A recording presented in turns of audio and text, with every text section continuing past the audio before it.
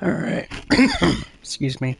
I do not need the Cosmodrome. Let's see who's on right now.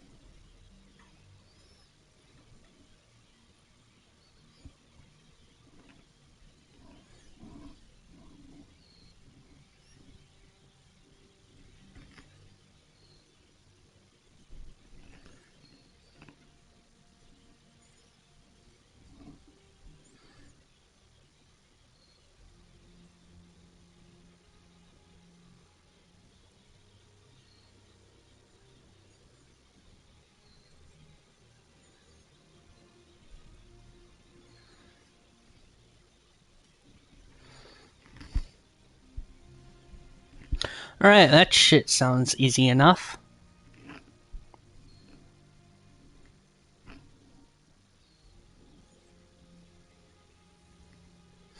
But first, let's go to the Skywatch. Disturb the remains.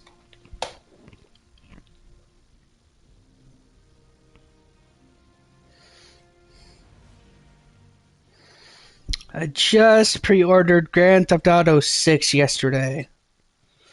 Expect that to be coming real soon.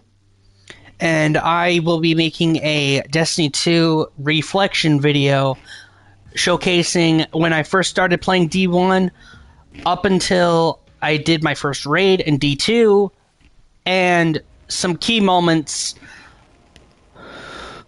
that I think are a part of this game for me. You know, it's like a sad thing to see. You know, we've been playing this game for well over like 20 or so years, or 10 or so years. Why the hell did I say 20? 10 or so years, and I think it's been said that the entire team has been laid off. And now Destiny 2 is not going to have any updates anymore completely. This is the end of Destiny, which I'm kind of sad to see it go like that, you know, because I've been playing this game for well over like 10 years. I played D1 back when I was like 13 or 14 years old, and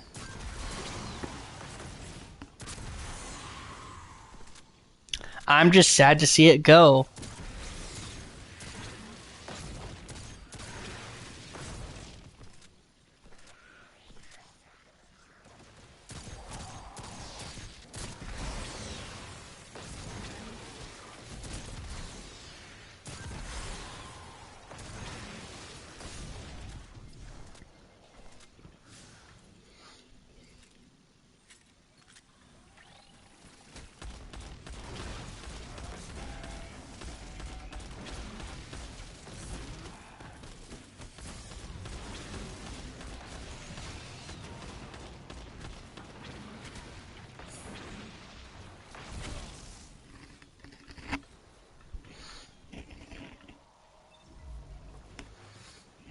Am I getting close? Alright.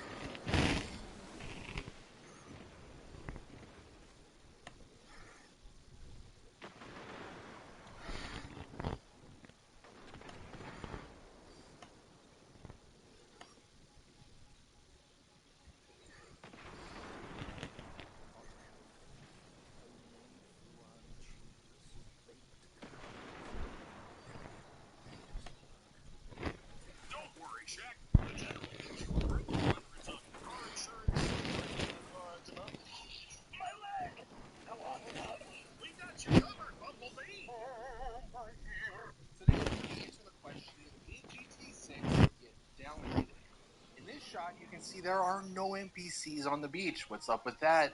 In this screenshot, the characters kind of look plasticky. I don't know how to describe it, but it's not necessarily great. And even this screenshot of Jason's house, comparing it to Trailer 2's shot of this scene, there are actually some differences. In this new screenshot, Rockstar actually removed some items. So in this video, I want to go over all of that and a couple other things and explain why the game did get downgraded a bit, but also why it doesn't necessarily matter too much. And I do want to start with the image that I have in the thumbnail. It's pure clickbait, I'm not going to lie, because this very clearly is a promotional shot. They've removed the crowd, they've removed all the NPCs, because that would just be a distraction. The point of this shot is literally just to have the car and Jason and Lucia. Now, comparing it to the original crowd shot here of the beach back from trailer 1, yes, I do think we're going to get some of this downgraded. I mean, I think it's pretty clear this is a little ambitious for the PS5 and the Xbox Series X. You know, maybe when it comes to PC, when it comes to the PS6 or whatever, we'll get crowds like this, but I don't think you should be expecting this in the game when it does launch on the PS5 and Xbox Series X. Now, before we go any further and take a look at some of the downgraded screenshots, I wanted to take a look at this Digital Foundry article. They, for the most part, know what they're talking about when it comes to this sort of stuff. But in this article, if we just scroll down, I'll leave a link to it in the description if you want to read it all, because they do talk about ray tracing and some of these other things you would expect to see. But here is the conclusion that they came to. With such a high level of fidelity on show, there's a question that still dangles over which platform is being used to generate these shots. And that they find it unlikely that these are real-time results on the PS5, the Xbox Series X, or, in the best case, on console, the PS5 Pro. So they're saying that most of these screenshots are not real-time results. You know, it's not like straight from the game on the consoles. Now, they could be wrong. It is just speculation, but obviously we won't know until the game does officially release. But the reason they're saying this is because the combination of pristine image quality, which suggests a native 4K render, and the inconsistent lighting on foreground characters, it casts doubt over how feasible it is to, you know, have these sort of shots real time. Again, going back to this shot here, right? This is not, I mean, it's real time, I guess, but it's not free roam because you would see NPCs and stuff. So it is staged. And more than likely, if we do go to these screenshots on some of these things here, this is not real time. This is staged. More than likely, it's staged in some sort of photo mode. That's probably what's happening here. Because in this instance, you know, the sun looks like it's behind them, yet they're getting lit up in the front when the sun's behind them, indicating that is a light placed there that's sort of out of frame, which probably would happen in a photo mode, but of course not in real time or like in the real gameplay. And actually, I want to start with this shot here because this is one of the ones that some people are like, this doesn't look right. Like something's off here. It doesn't look particularly great.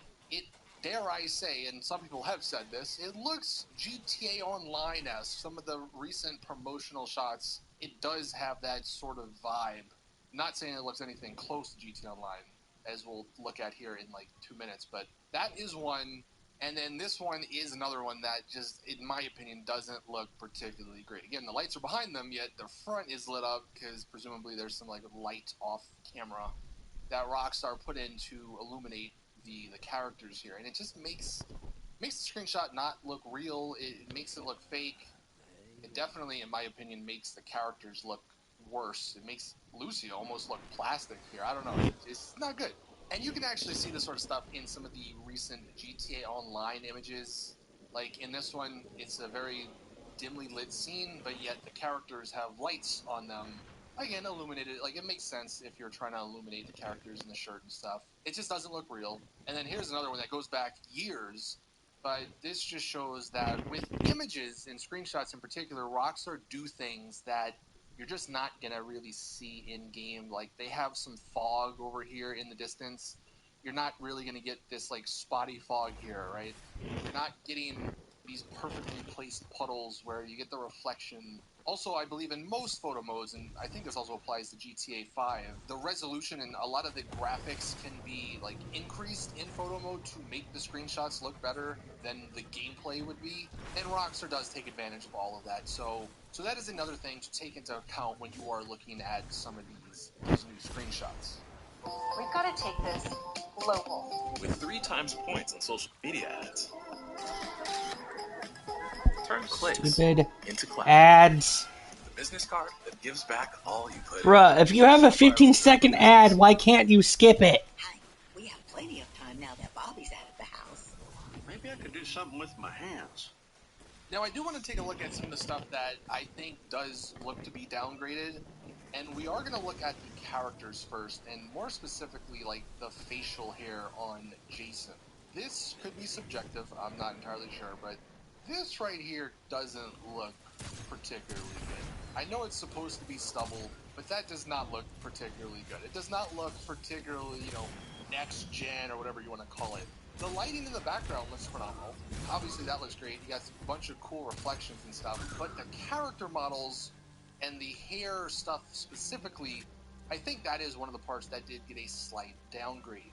And you can see it in a couple of these shots. Like, here's another one, the stubble. It just looks not particularly great. Even the hair, I mean, it's not the best picture, obviously, but compared to what we saw in Trailer 2 with some of those screenshots, I do think there was a slight downgrade. And actually, I'll just go ahead and throw up, here we have a little side-by-side comparison of that image we just looked at and one of the older images here on the left. It's not a one-to-one, different lighting. I know it's not the greatest comparison, but just looking at his beard here and some of the texture maybe on the face, this does look better on the left than on the right. It's not by much. Will you really notice that? Probably not, which is why I said at the beginning of the video, none of this really matters. But to me, at least, it does look like there has been a bit of a downgrade. Here we have another one. I know this is 2 different characters. That's Roll on the left. But even comparing, again, their hair and the beard and their face, Raul in this older screenshot does look a little bit more high quality than Jason in this newer one. Here's another comparison that kind of has a similar facial hair on each. And in this older one, I think it does look a little bit better. Now, maybe you could argue it's like a different hair color, so it blends in a little bit better. But this newer one, it kind of looks like someone just took a Sharpie and put dots on his face. That's kind of what it looks like to me. It's not particularly great, at least in that screenshot. And then again, comparing it to the older one definitely just looks higher quality. And then you can also see it with Lucia. This is the only one I made of her, but there's a couple of other examples. But this one on the right, this is the new one. You are just missing some of the details. And that could be maybe because we're closer up on the left. The lighting washes out some of the details. Yes, that is true.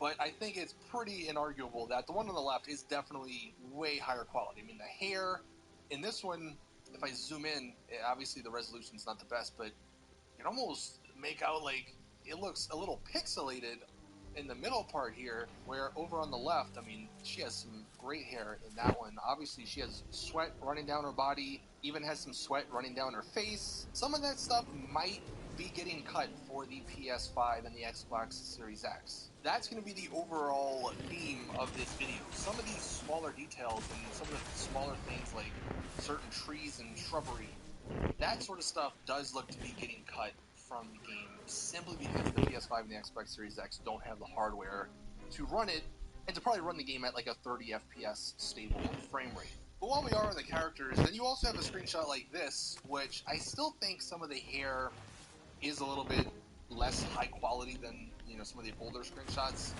But the image itself looks pretty damn good. I mean, you could almost say this is a realistic looking image.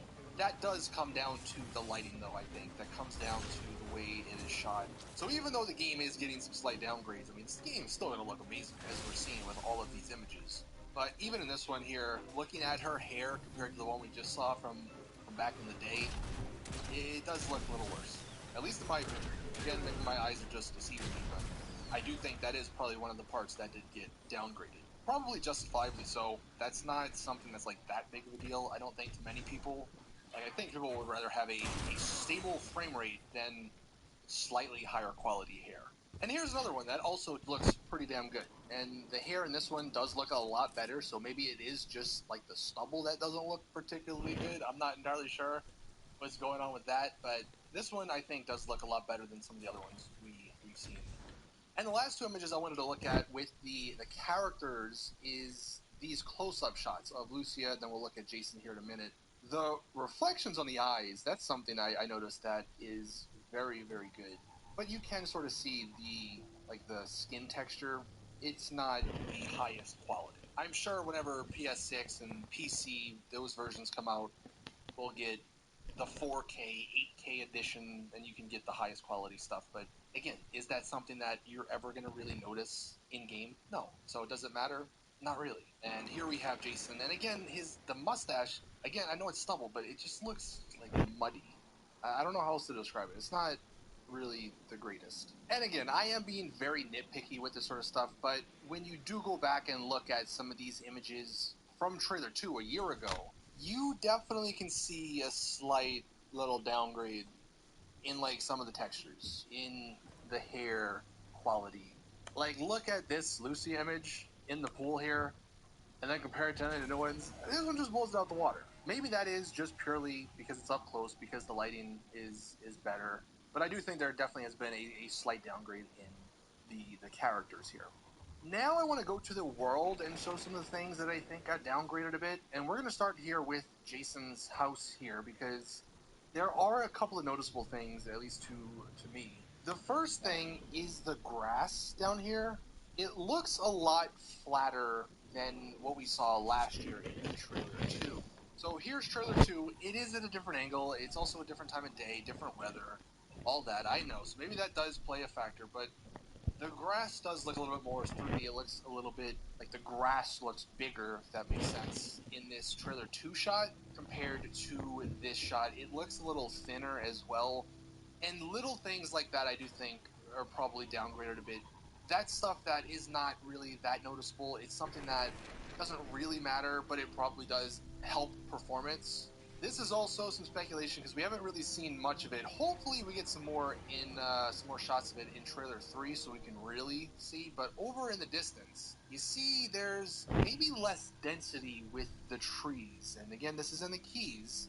And as we have seen from the screenshots last year, there is like 4,000 trees, I think someone mapped out at one point in this screenshot.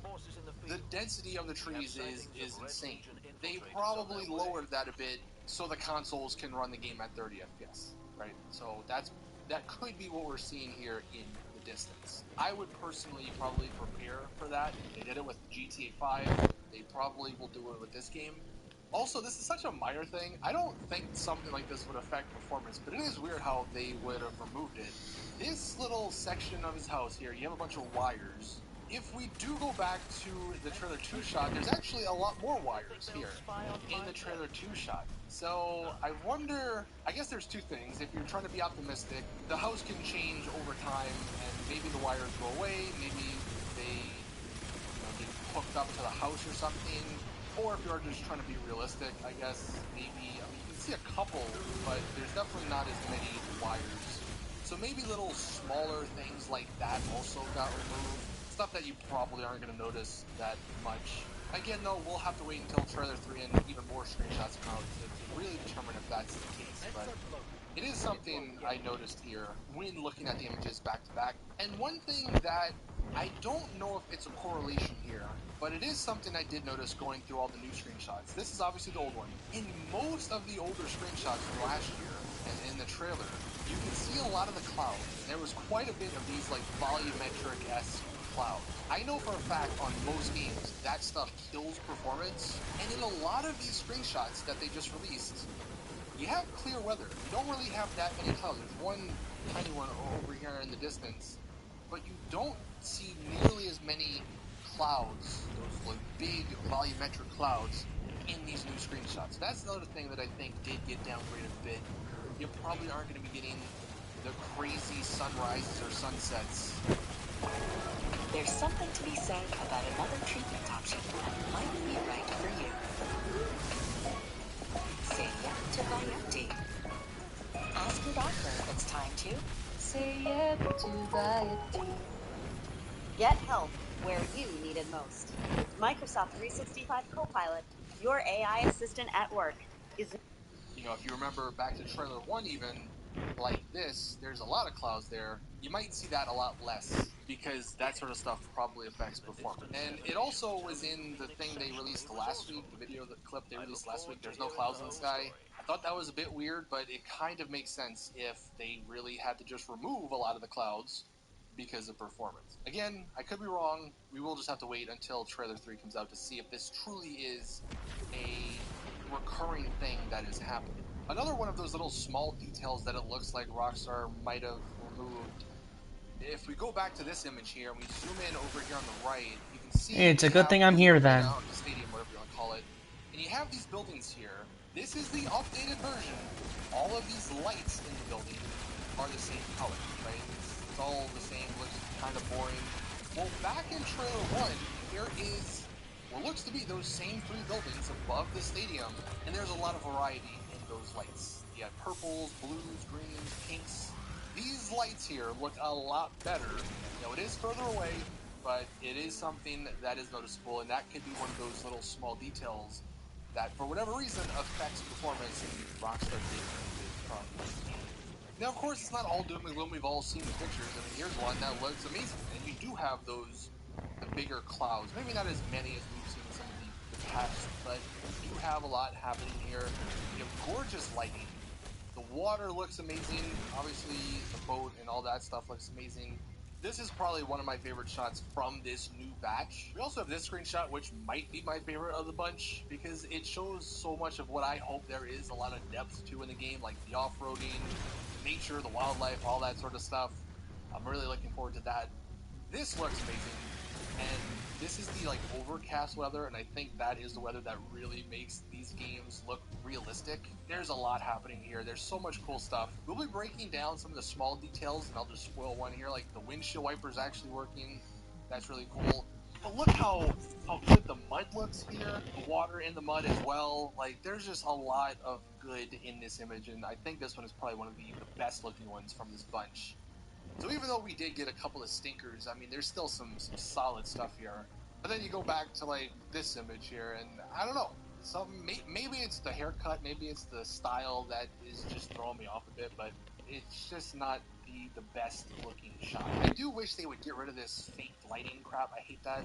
I don't want to see anything staged. I just want to see screenshots from the game. So hopefully for the next batch of screenshots, they can remove that and not do that sort of stuff. Because I think that's ultimately what a lot of people are hating on. But that is going to go ahead and do it for today's GTA 6 video. That is me hopefully answering the question, did the game get downgraded? It does look like there's been a slight downgrade, but it probably isn't going to be that noticeable. I mean, it's really not that noticeable in these screenshots unless you're, again, super zooming in and looking at sort of things. So I wouldn't worry too much just yet. But if you did have expectations of the game is going to look even better than what we're seeing in these screenshots and trailers, I probably wouldn't think that way. I would think that the game is probably going to look more or less to what we're seeing here in this batch of screenshots. It seems like Rockstar, they're now finally getting to the point where they have to pick and choose what they want to add to the game and have in the game to have that stable 30 FPS. But anyway, thank you guys for watching. That's it over today's GTA 6 video. Please drop the video a like if you did enjoy. Subscribe for more GTA 6 content. And as always, see you guys in the next one.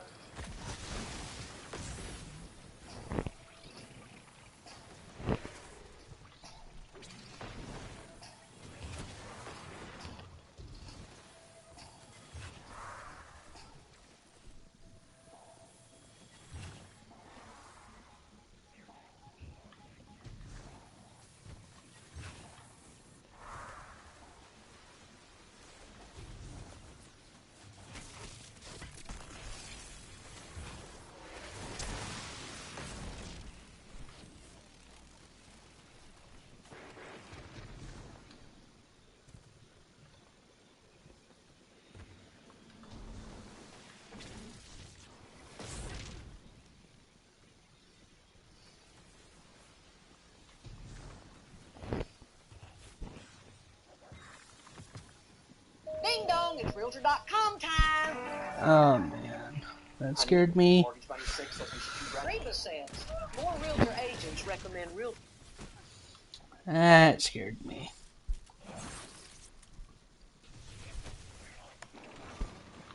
It's going to be inside of there. Look at Jason's view, by the way.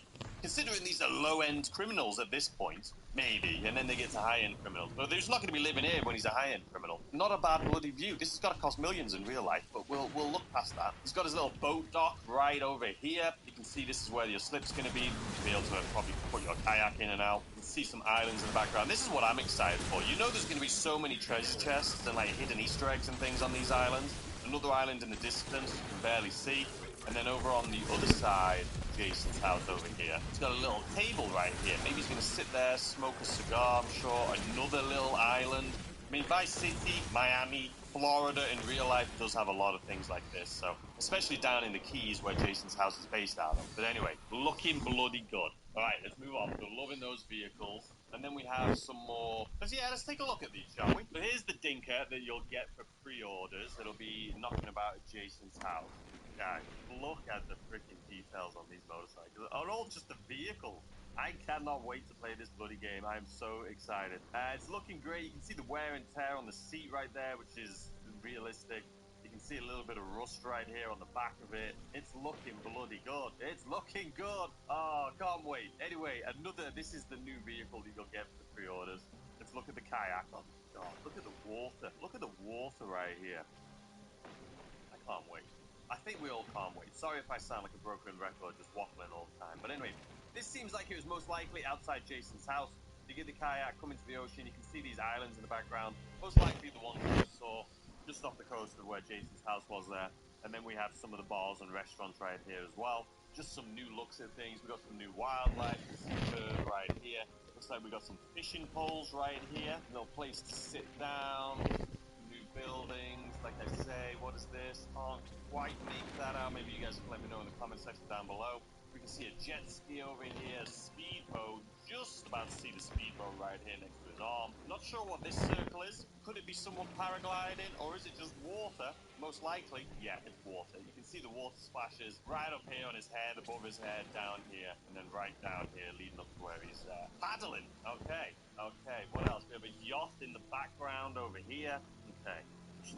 Looking good. We're going to have a kayak, ladies and gentlemen, which is probably good. You know, early stage of this game, we're probably not going to have access to all the boats and stuff. Maybe we will be able to jump in and steal a boat. Who knows? We don't know how difficult it's going to be. You're going to have to try and, like, unlock it, hijack it, use your little code scanner thing to get into it. Or if you're early game and you want to go explore these islands, you're going to have to swim all the way over or use your kayak. I'm going to be using the kayak. All right, moving on. We have Ganado mod kit. Ganado retro build. Inject some muscle and classic stylings into Jason's well-worn vapid Ganado low-riding pickup with exclusive mods. Okay, so instead of having his basic one that we've seen in the other pictures or in like the trailer, this is his one that we're going to be able to get. I mean, it does look great, to be honest with you. So let's see. Ganado 434's at the horsepower. You got the pull on the front of it. This is probably just like some upgraded modifications, right? So we have like a different grille on it, maybe different wheels. We've got the pinstripes, the hood-like pins, possible different wing mirrors of Jason. What else do we have? I mean, just the liveries and stuff on it. It's just going to be faster, right? It's gonna...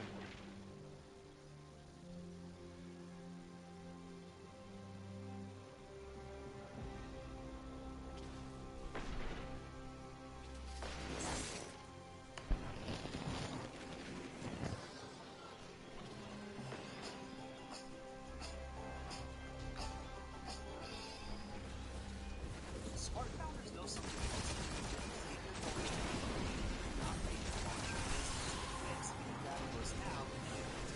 Here's why I did it. Back in 2019, I had this killer business idea, but I delayed getting the domain name because I wasn't ready. That was a huge mistake. Someone else grabbed it, built the exact same business I did, and now they're making all the money that I could have been making. And that's why I'm sharing this. Locking down your domain name is crucial, and on Wix, it's super fast. They handle all the tricky tech stuff for you, making it seamless. And honestly, having a domain name gives your idea instant credibility. A domain.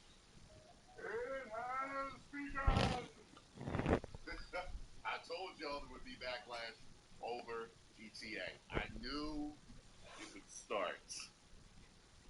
I knew it would start. However, this I did not see coming. We got stores. They're saying they're not going to sell it. They haven't beaten because it they're down not yet. Let's get out. selling physical. It's like, well, when you bring the physical out, that's when we'll sell it, bruh. That's what they saying. So it says here on IGN, GTA 6, due to the lack of this, 2 video game retailers have announced that they will not be selling GTA 6 due to the highly anticipated title not releasing on disc. Video Games Plus, a gaming retailer based out of Canada, a home in native land, and an independent gaming retailer known as Lootbox Gaming. I've heard of Lootbox. Have both stated that they won't be selling GTA 6. Rockstar Games confirmed this morning that GTA 6 physical versions will not include the disc. Instead, players will have to pick up a boxed copy that includes digital code. The physical version will release on November 12th, a week ahead of the game's physical version will release on November 12th, a week ahead of the game's release, so that players can pre-download the game. Okay, using the code. Video Game Plus pointed to its policy on not selling games that only offer digital codes, and as a result, it will not sell the biggest game of 2026. The retailer noted that this isn't a reflection of Rockstar Games or the game itself, but argued that it's part of their goal of preserving this. And that's a big thing. People want even if it has to be a disc that enables you to download it, or a key card that enables you to download it. They want to be able to preserve it that way. Woo! To be able to trade it, to be able to sell it, if need be, they want that. Okay? People are very cognizant of what's going on with physical games starting to disappear. So, even though it's true, 80% of sales are digital. I remember when you guys first told me that I could do that.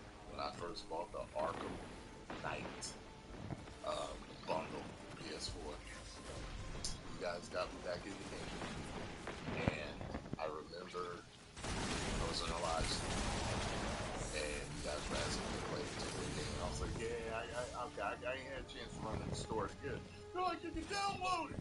I was like, what?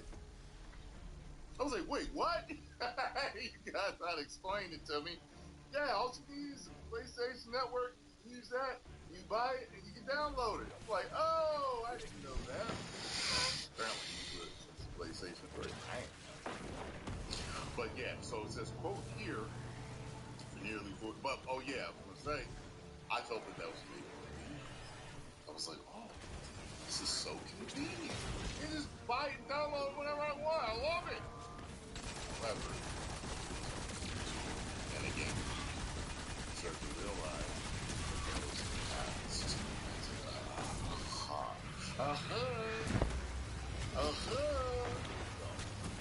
Nearly 40 years, BGP has committed to supporting physical media, preserving the values and contribution, creates a statement from BGP. As part of our company policy, that is that we do not carry physical products for video game consoles that contain only a digital code. Based on the information currently available, the physical release of Grand Theft Auto 6 for the PlayStation 5 and the Xbox Series X is expected to be a code-bound product. As a result, BGP will not be offering it for sale under our current company policy. It makes me think too. Aren't there certain Blu-rays that are like triple layer or something like that? I've heard of them. I heard guys talking about them before. And it's like, well, they could put them on there if they wanted to, and they could, I hear it's going to be huge. The game's going to be. These squirrels are better at saving than we are, and more organized too.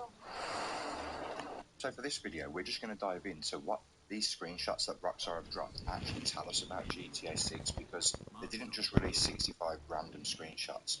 They've obviously been carefully selected to send a message, and when we look through them, there are some clear themes that are emerging here. So what we're going to do is we're going to dive straight in. So first and foremost, Jason and Lucia are the heart of GTA 6. Almost every category contains Jason and Lucia if we take away the cars. They're shown relaxing, working, driving, spending time together. And it's this relationship is going to be the entire foundation of the whole experience, and Rockstar absolutely aren't hiding that. And there's no individual artworks of them separately, even on their cover, they're shown together. So their relationship is going to be absolutely everything about this game. And when we looked at GTA 5, we had 3 protagonists, but they were all kept separate. They all had their own artworks, their own trailers. Now, when it comes to actually the rumours of the Jason and Lucia character trailers, I really don't see that happening now, just because of how Rockstar have shown just how intertwined these two characters are. For the majority of these screenshots, at least my favourite ones, all basically show Jason and Lucia together. And my personal favourite is this one of Jason and Lucia just chilling on the boat. We got the dolphins surrounding it as well, the bird on the roof, and they're just chilling. And this is the kind of vibe, and I can imagine actually just diving into this game and just sitting in a situation like this, just chilling out on the water. And it's really showing here. I don't think this is like a cutscene. I think you can actually go out with each other, so you can switch to Jason, but then decide to take Lucia with you, and that'll be really interesting. I mean, how much dialogue must they have recorded if we're going to be constantly with each other, and how are Jason and Lucia actually going to interact with each other? These are all the things that I'm really, really looking forward to finding out when Rockstar... Well, we knew it was coming, but it doesn't make it any less difficult or sad for the people that this will affect. Today, we got the official announcement that Bungie will be laying off a whole bunch of staff at the studio. This will affect not only the Destiny team, but also some folks who work on Marathon. And beyond that, it's actually part of what they're referring to as a bigger restructuring of Bungie. Now, this is really significant for the company, both historically, the impacts that this will have on the Bungie name, but also both of their flagship IPs, I guess, Destiny, which we know has come to a conclusion, at least for the time being, and then Marathon, where it is also difficult because Bungie are now tasked with trying to make Marathon their sole live game, a project that's already been hit with a whole bunch of difficulties, and is kind of being expected to float the entirety of the studio, which is a big problem. So we're going to speak about this. We have announcements from both Bungie, but also internal conversations from Sony. As always, share your thoughts down in the comment section, but now let's get into it. We'll start out with the announcement from Bungie specifically. They say, with great sadness, we are announcing a reduction in force as we reorganize Bungie. As the leaders of Bungie, past and present, we recognize that Destiny 2 fell short of expectations these past several years. Following our final content update to Destiny 2, and with our future projects still in early incubation, we unfortunately could not continue operating at our previous sites. We know this decision has a profound impact on the people affected, their families, friends, and teammates. And while these changes are necessary to best position the studio now and for the future, that does not lessen the difficulty of this moment or the impact it has on those affected. Later, we will share more info about that future with you all, but today is not that day. Today, we wish to extend that gratitude and compassion to every member of the Bungie team who's been impacted, and to those who remain. We hope you will do the same. Bungie. And first and foremost, of course we will. The Destiny 2 team have done a massive amount for this community, and I always say this, but we should keep in mind that largely the people on that team are gamers, people who want to make fun stuff, creatives, and broadly very passionate people. As we've seen in the last couple of weeks, they've been absolutely busting their asses trying to get as many things fixed in Destiny as they possibly can, because they knew this was coming, and despite that, they continued working incredibly hard, where ultimately they could have just sat back and said, you know what, screw it, I've done enough for Bungie. And maybe there were some folks who did that. To be honest, could you really blame them? At all. I certainly can't, but regardless, many of them have continued over multiple years, right up till this moment, doing what they can to make Destiny as good as it possibly can be. So to all of those people, thank you very much, and I'm sure as a community we can extend our best wishes in what is going to be an immensely difficult time for a whole bunch of people, and terrible decision making at the top of Bungie, all of the things that happened before the Sony acquisition, the fact that the Sony acquisition needed to happen in the first instance, yeah, it's had a big impact on many people that really didn't deserve this to happen. So we of course thank them, and we wish everyone the best. Welcome to Foot Locker. Anything I can grab for you? I was looking for some basketball. Check. Sorry. These are the KR KRK Create 5s, and they're a part of KRK's new Create series of entry-level studio monitors.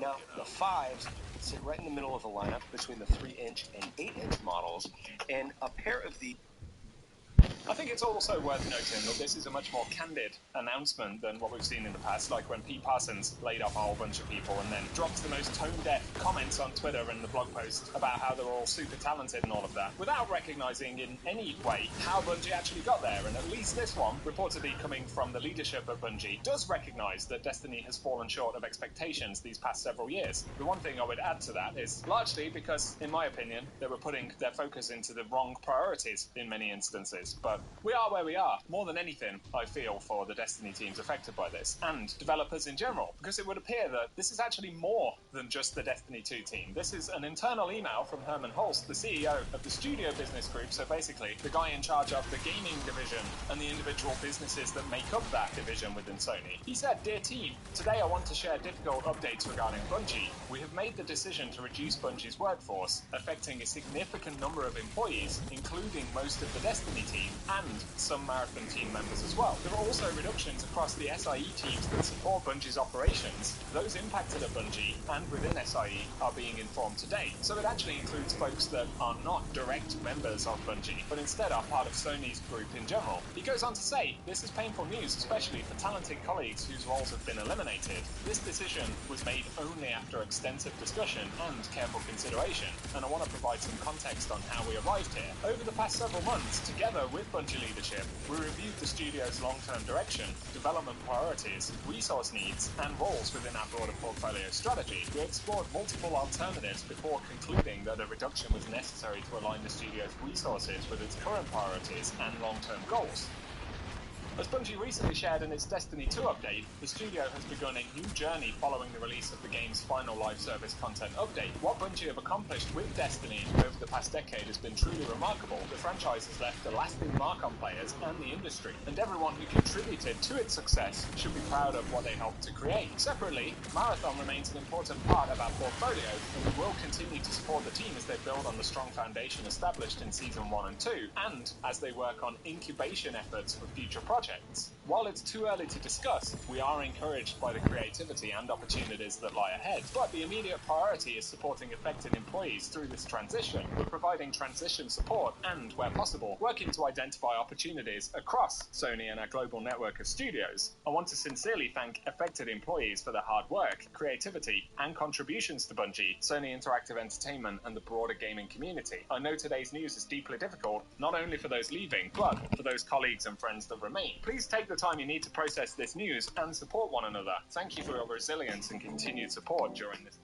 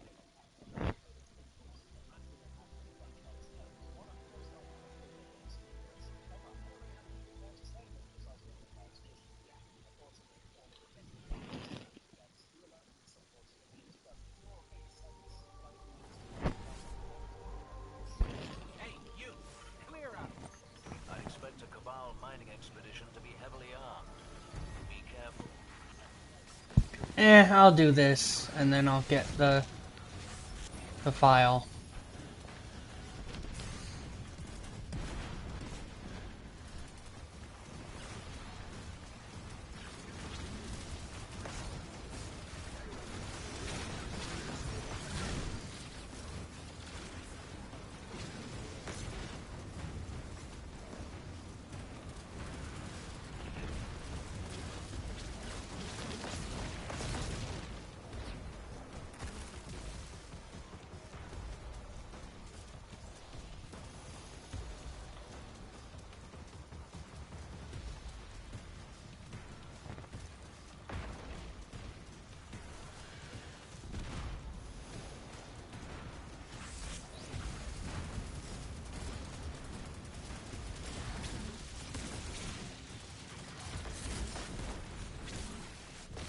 Stop that shit. That's a black eye for them.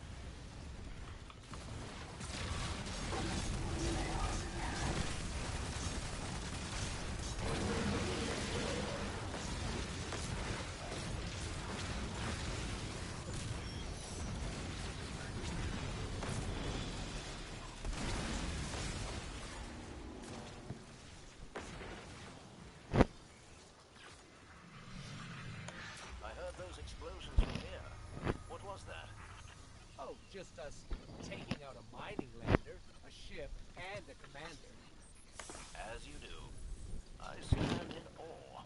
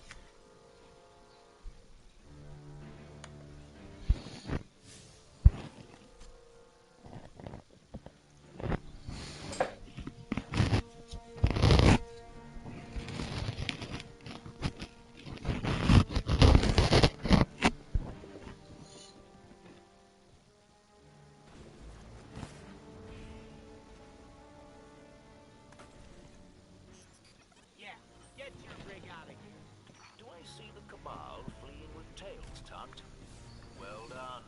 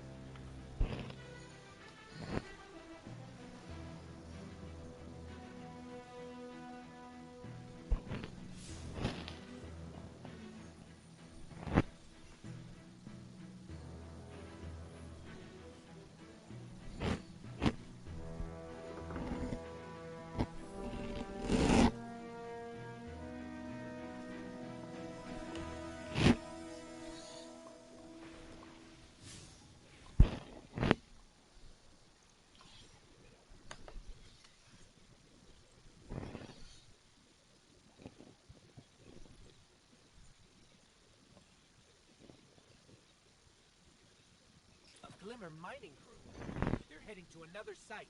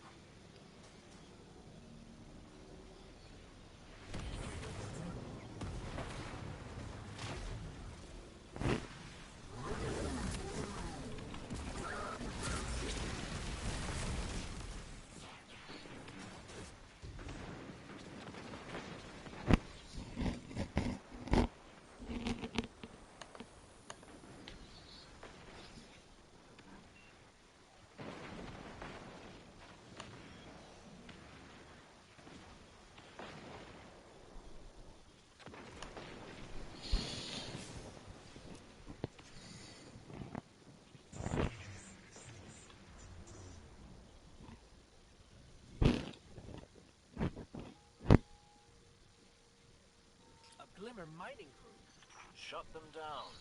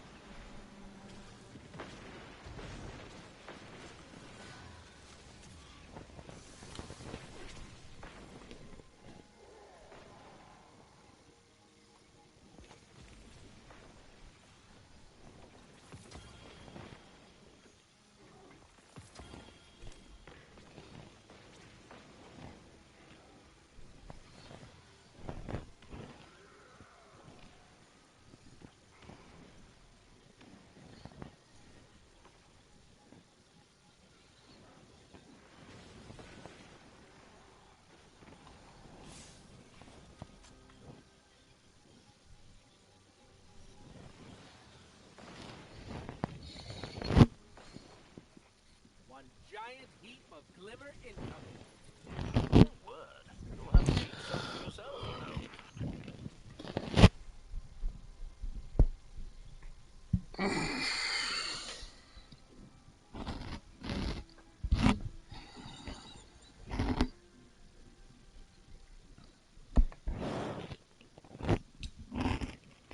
Hey, Spectre, what's up? Sorry, did I scare you?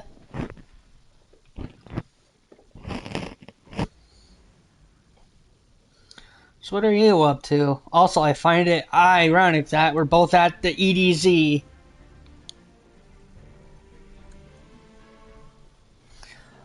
I already got the files from that, if that's what you're doing.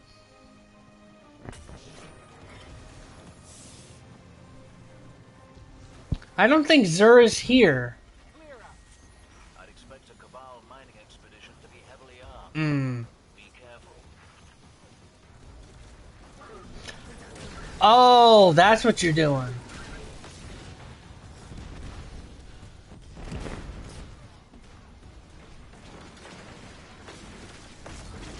He's in the Winding Cove.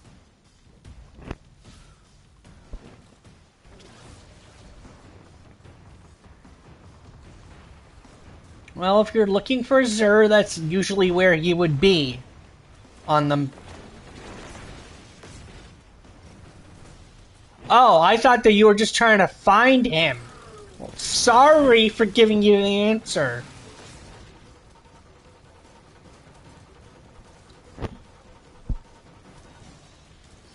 It was him!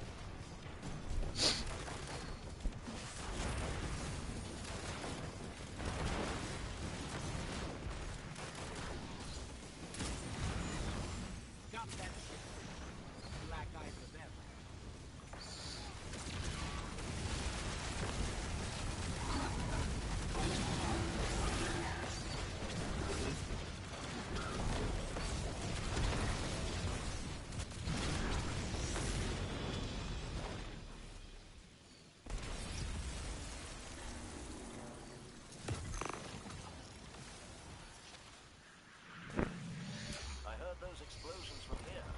What was that? Oh, just us taking out a mining lander, a ship, and a commander. As you do. I stand in awe.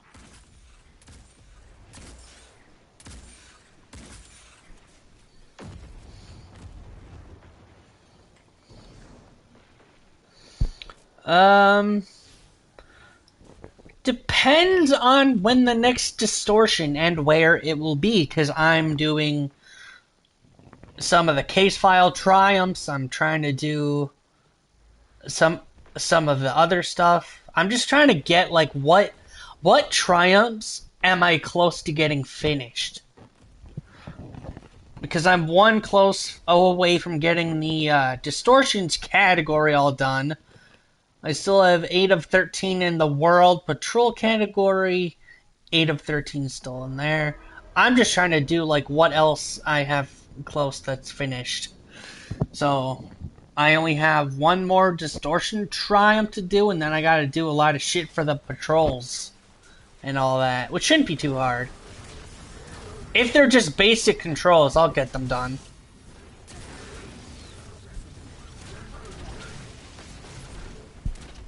Yeah, just a chill day for me. I do plan on getting the boys together and making a video where we just talk about Destiny 2 and what were some of the key moments that we had playing the game, you know?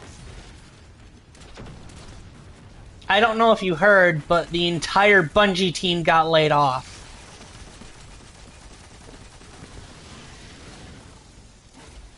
I swear, if they fire super amazing, awesome beard guy slash SFX guy, I'm gonna be pissed.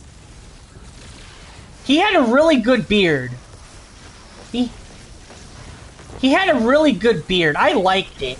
I don't know why. It was a luxurious beard.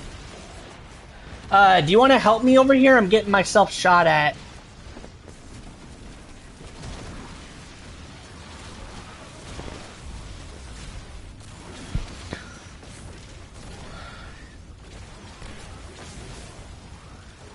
And even if he did get laid off, sure, it's sad, but I'll never stop playing Destiny 2.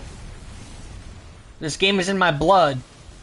This game is in my blood, but the only thing that pisses me off is that because of all of this shit that happened, stories are being left on abrupt cliffhangers that really piss me off. Because the one thing I hate is an unfinished story.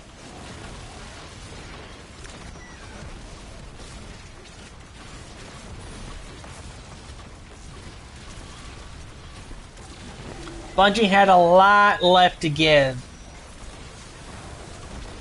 And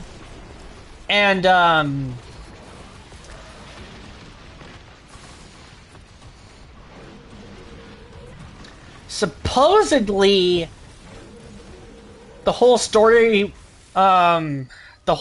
with Bale is that he is in the city trying to find his mother. The whole 9 thing didn't really work out. Supposedly 6 just up and left him. So now, with no purpose, Bale is back in the city trying to find his mother that doesn't remember him. So, I mean, he sounded like it.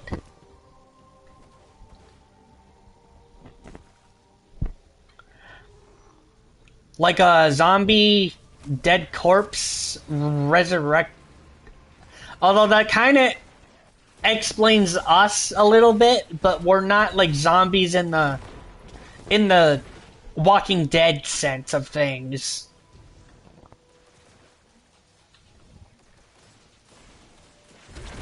Yeah. Yeah, basically. But now we won't get to hear that end of the story, except in lore.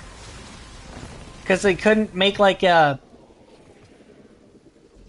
I mean, lore is great, but a cutscene would just seem a little more relevant, wouldn't you think?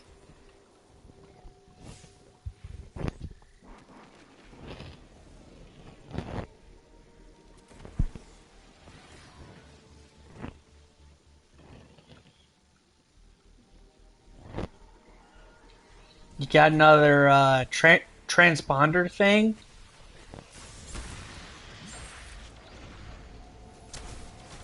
Hmm.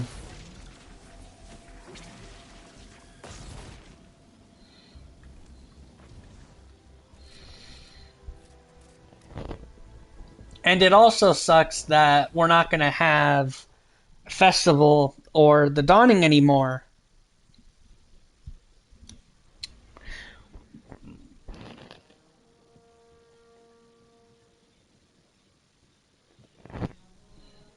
Yeah, it's up for debate really at this point. Tower? I have a lot of shit in my Postmaster.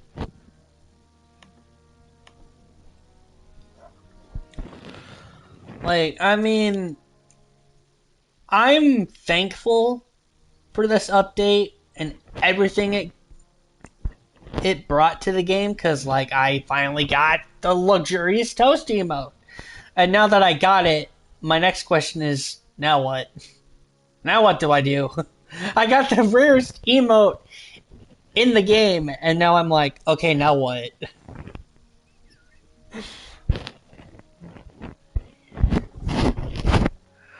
I mean, still a pretty cool emote, I'm not gonna lie. It's probably one of the best looking I've seen this entire game. There's just something about it, you know?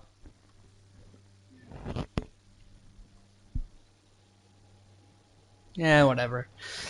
But I did manage to get the Eyes of Tomorrow catalyst, which I forgot to apply.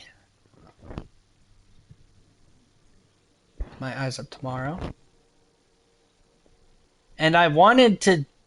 Yeah, and I wanted to do a master clear of the Root of Nightmares raid, but people didn't know what to do. And I'm like, okay, don't make me a liar. I'm not a charity service. I'm not here to carry your asses. I expect you to know what to do.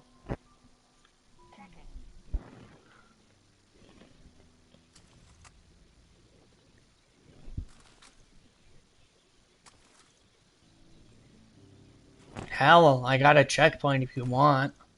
If you want, we can do it. But I'll leave that up to you. It ain't up to me.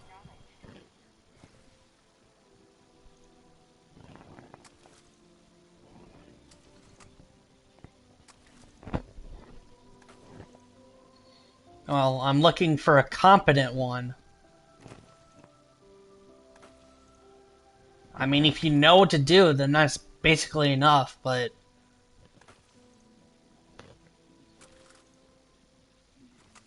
I mean, if you know how to shoot a gun, then hell, I wouldn't mind having you here. You know?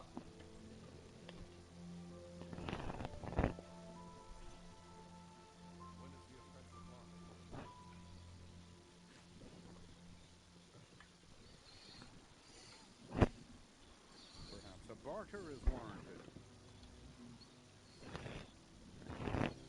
Alright, we can go to anywhere you want, I guess. I mean, I cleared out my postmaster. That's all I had to do.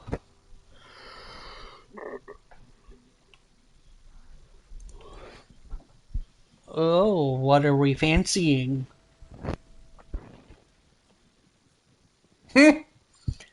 That's basically enough as what you'll get, really.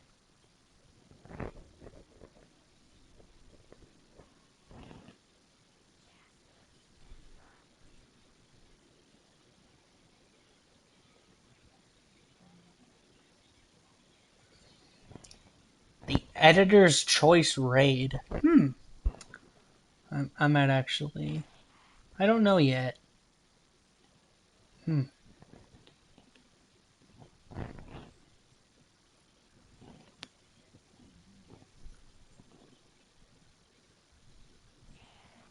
Yeah, I'm good.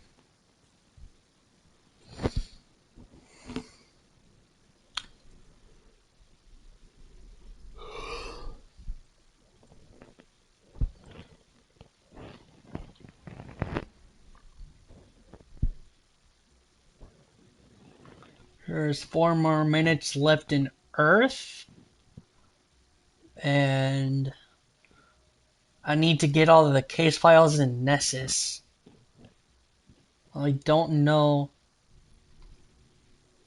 which it's gonna be in like 5 minutes. I guess we can tell. Can we... Yeah, can we chill in orbit for 5 minutes? Just so I can see... I don't know,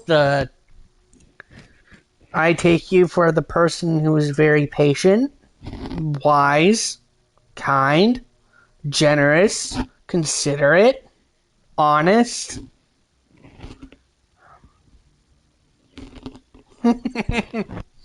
Wait, were you really a Gen Z?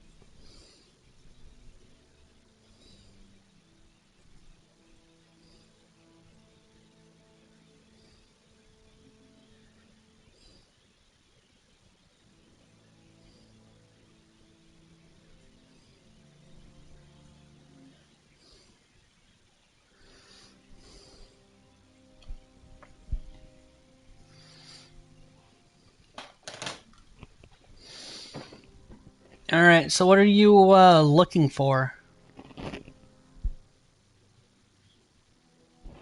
Yeah. What are you looking for? Because you had to alter your search history. Were you trying to find something?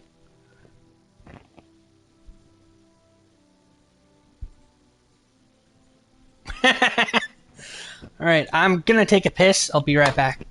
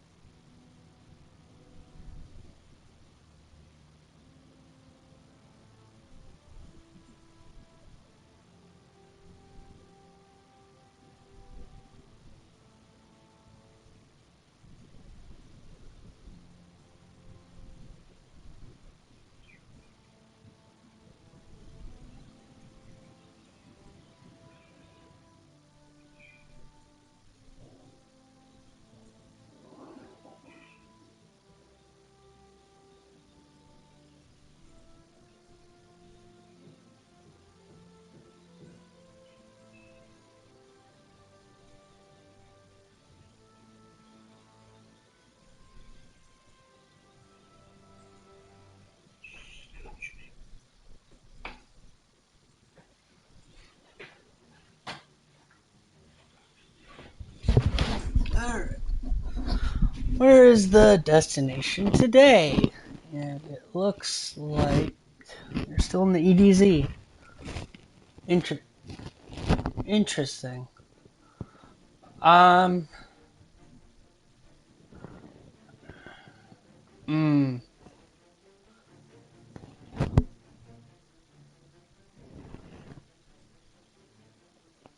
What the hell? Okay, hang on. I will be right back.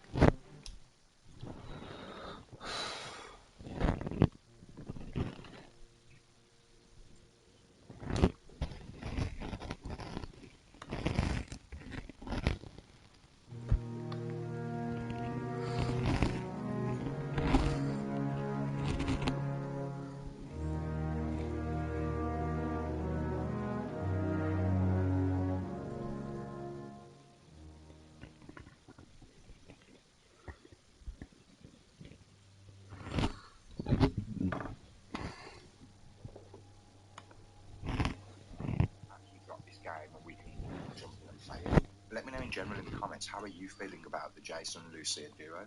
What do you think about each character and what do you think about them together? And do you think like Oh, yep, it is. Okay, what do I need to do here? Next up, we've just got the extraordinary level of detail now. We can really start to see here why Rockstar needed the extra 2 delays and that extra 1 year just for the polishing. So I've never seen anything like it, from the detail and texture of the clothing to the wrinkles and the different materials, the skin, the hair and the facial detail. If we just pull up this screenshot of Jason and we really zoom in, you can even see the textures of his skin, the individual little freckles, moles. I'm back, by the way. It just looks like it's just been Let's handcrafted over and see. over into it, and really beautiful. Only thing I need to do is well, find the case files, but ooh, we're not really seeing many there's something I haven't done yet. It's mainly just Alright, never mind. Take us to the Dream City, please, if you will. We're just getting insane levels of visual fidelity here when it comes to like reflections and lighting and small environmental storytelling. I think all of these tell a story. I've been blown away more and more each time I've been diving in and looking into these. And it's just I cannot wait for GTA 6. probably the last few years refining, polishing, pushing, and making sure this is absolutely incredible. Now we know from Red Dead Redemption 2 how obsessive I pre-ordered it last night. Details, and I wasn't expecting any less with GTA 6. In fact, I don't even think we scratched the surface. When we were actually in this game, I would go, Into purpose for our families, our communities, and ourselves. Get the W. Walden University. Set a course for change.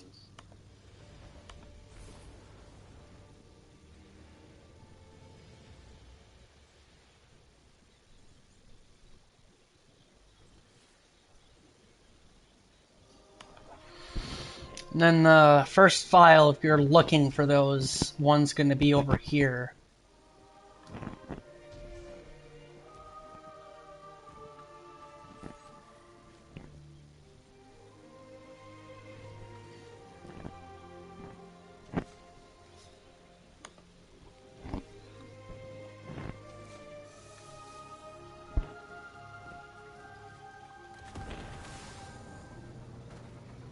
I'll have to do a top 5 destinations video at some point.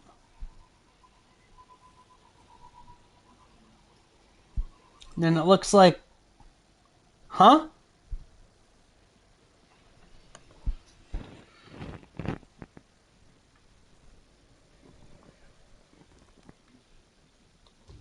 Yeah, like the Castellum and everything. Technically, we did get the ship back, but I don't count that as a destination. It's more like a public space, if you will. Oh shit, why did I do that? Oh! It's a little ways away from me.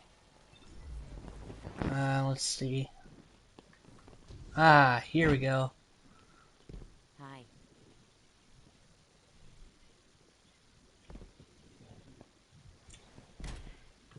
Second file is down here, where I'm at. It's in this cave right here.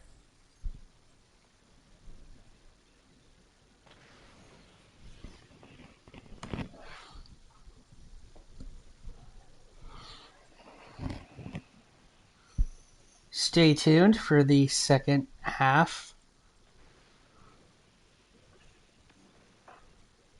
Was that your phone just now?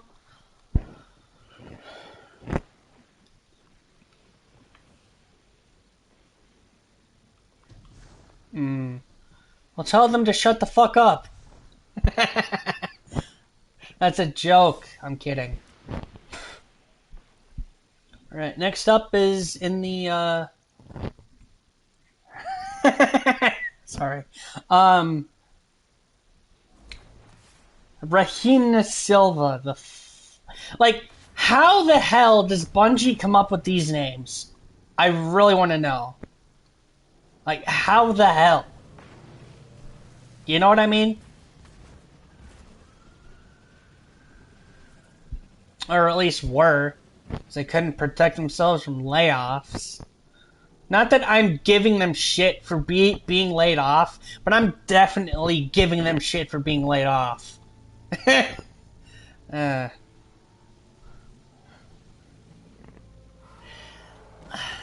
True.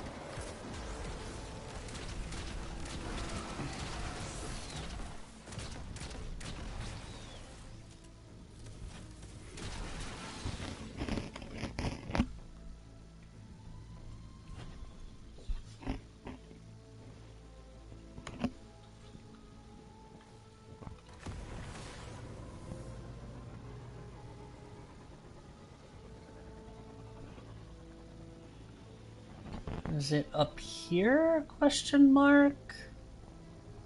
Huh.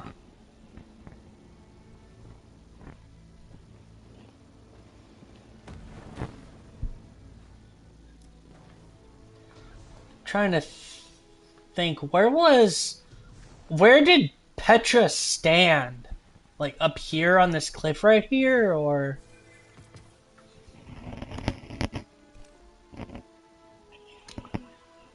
Yeah.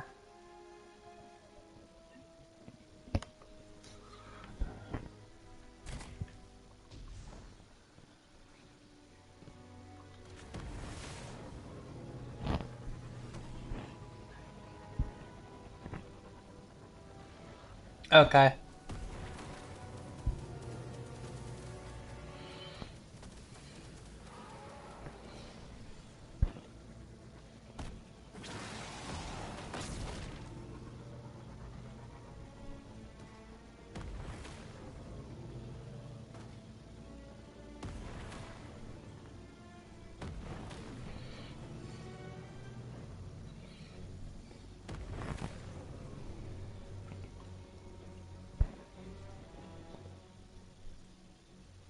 Okay, how the fuck am I all the way over? Huh. As much as nice as this destination is, it's really confusing sometimes.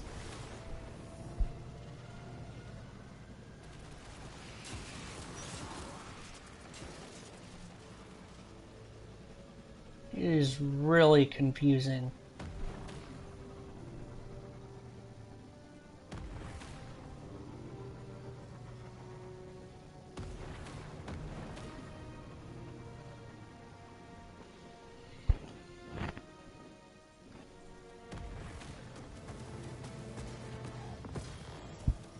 Hey, got a strange signal. It's amazing how that works. Okay. Well, where the hell do I go from here? Okay, how the hell do I keep getting misdirected? Curse this destination for being so nice but so damn confusing. I need to get to that bridge. That's what I need to do.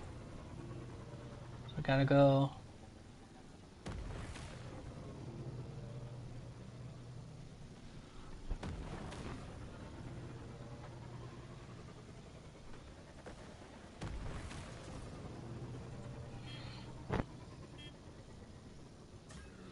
Don't honk at me.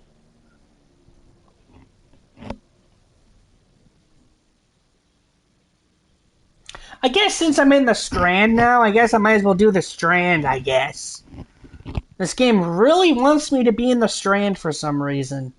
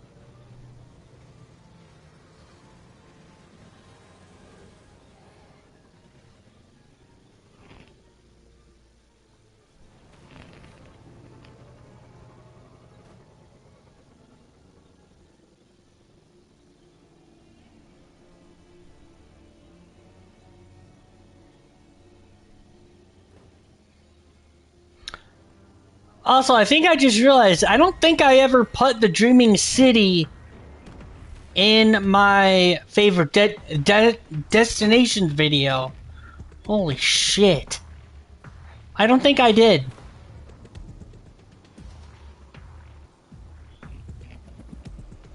Or I might have, I just don't remember. I don't know.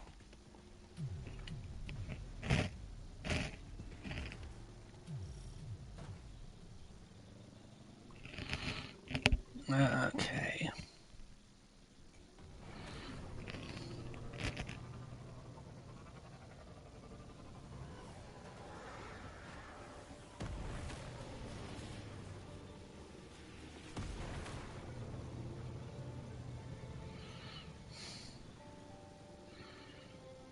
I'll have to do my top 5 favorite raid bosses.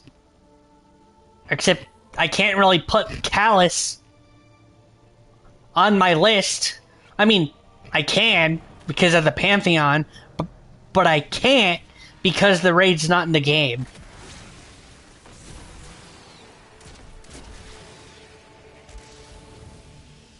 Yeah, I guess. And then I'll have to do my top 5 favorite, or my top 5 hated raid encounters.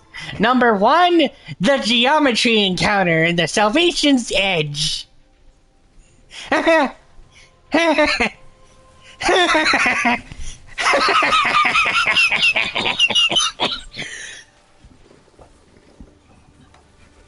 hate geometry!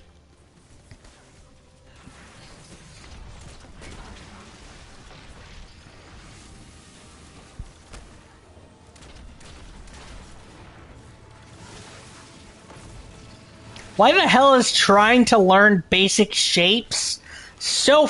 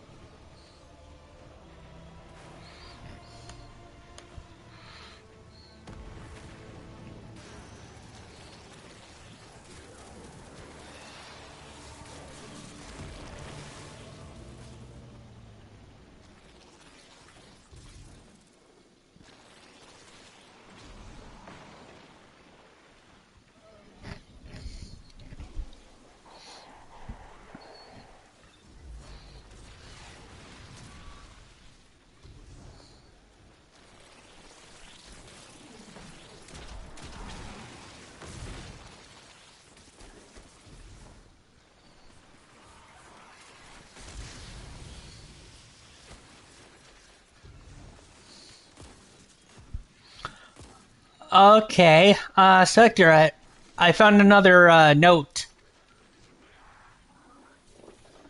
Come towards him.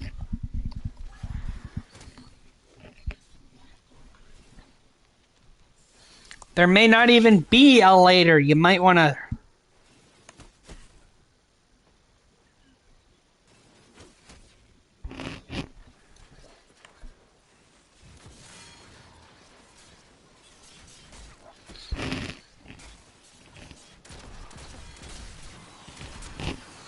I can't believe they added the Scream armor.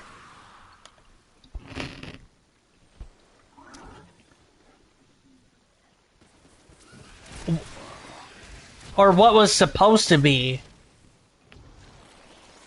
because of like the layoffs didn't happen, we would have definitely had another festival. But since the layoffs happened, I really don't see that happening. Which is really sad because I like that event. Although I don't spend enough time doing it. I don't know why. I mean, it's not as fun as like the Dawning, where it's like you get to bake cookies for all the vendors and everything.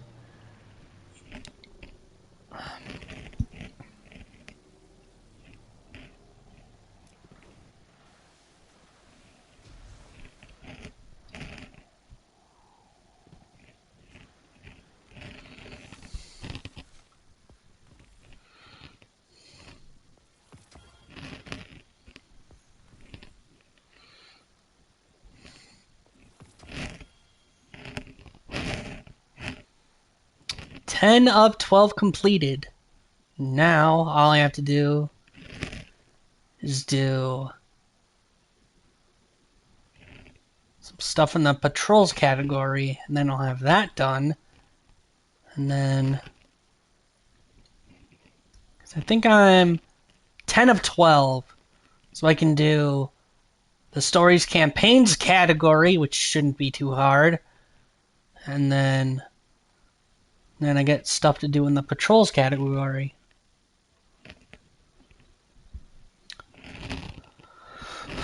Alright, assuming this shit it's not going to be too hard, I will see you later.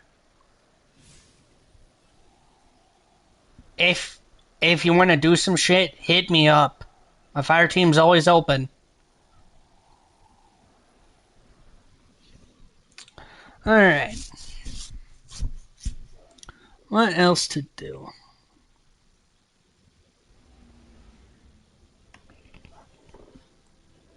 The only way that I got out of my own head was by talking to people. People need paywall if there's not a paywall, if it's normal, whatever else.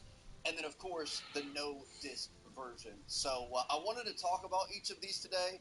Let's start with the discs. I feel like that one's a little bit more heated, and let's see what Rockstar has actually told us officially. The physical version of Grand Theft Auto 6, containing a download code inside the box, will be available starting November 12th to support preloading. Now, there is a rumor that came out this morning that there might actually be a disc version coming at a later date. Everyone's reporting on this. It's Polish gaming journalist PPE. They're reporting that there's going to be a disc, like actual physical disc in the box version coming in December.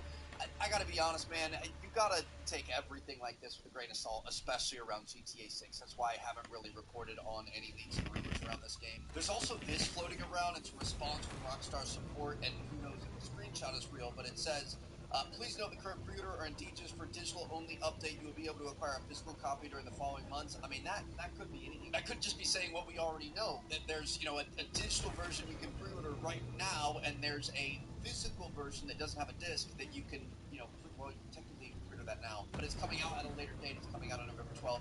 I don't know. Take all this stuff with a grain of salt. It's GTA 6. It's why I don't really want to report on the leaks and rumors around this game, because everyone's just clickbaiting everything, and they're all making money from it. Now, I will say, apparently this is the place that months ago said that there wasn't going to be a disc, and now they're saying, oh, actually the disc is coming later. So they were right about that technically. Does that mean they're going to be right again? Maybe.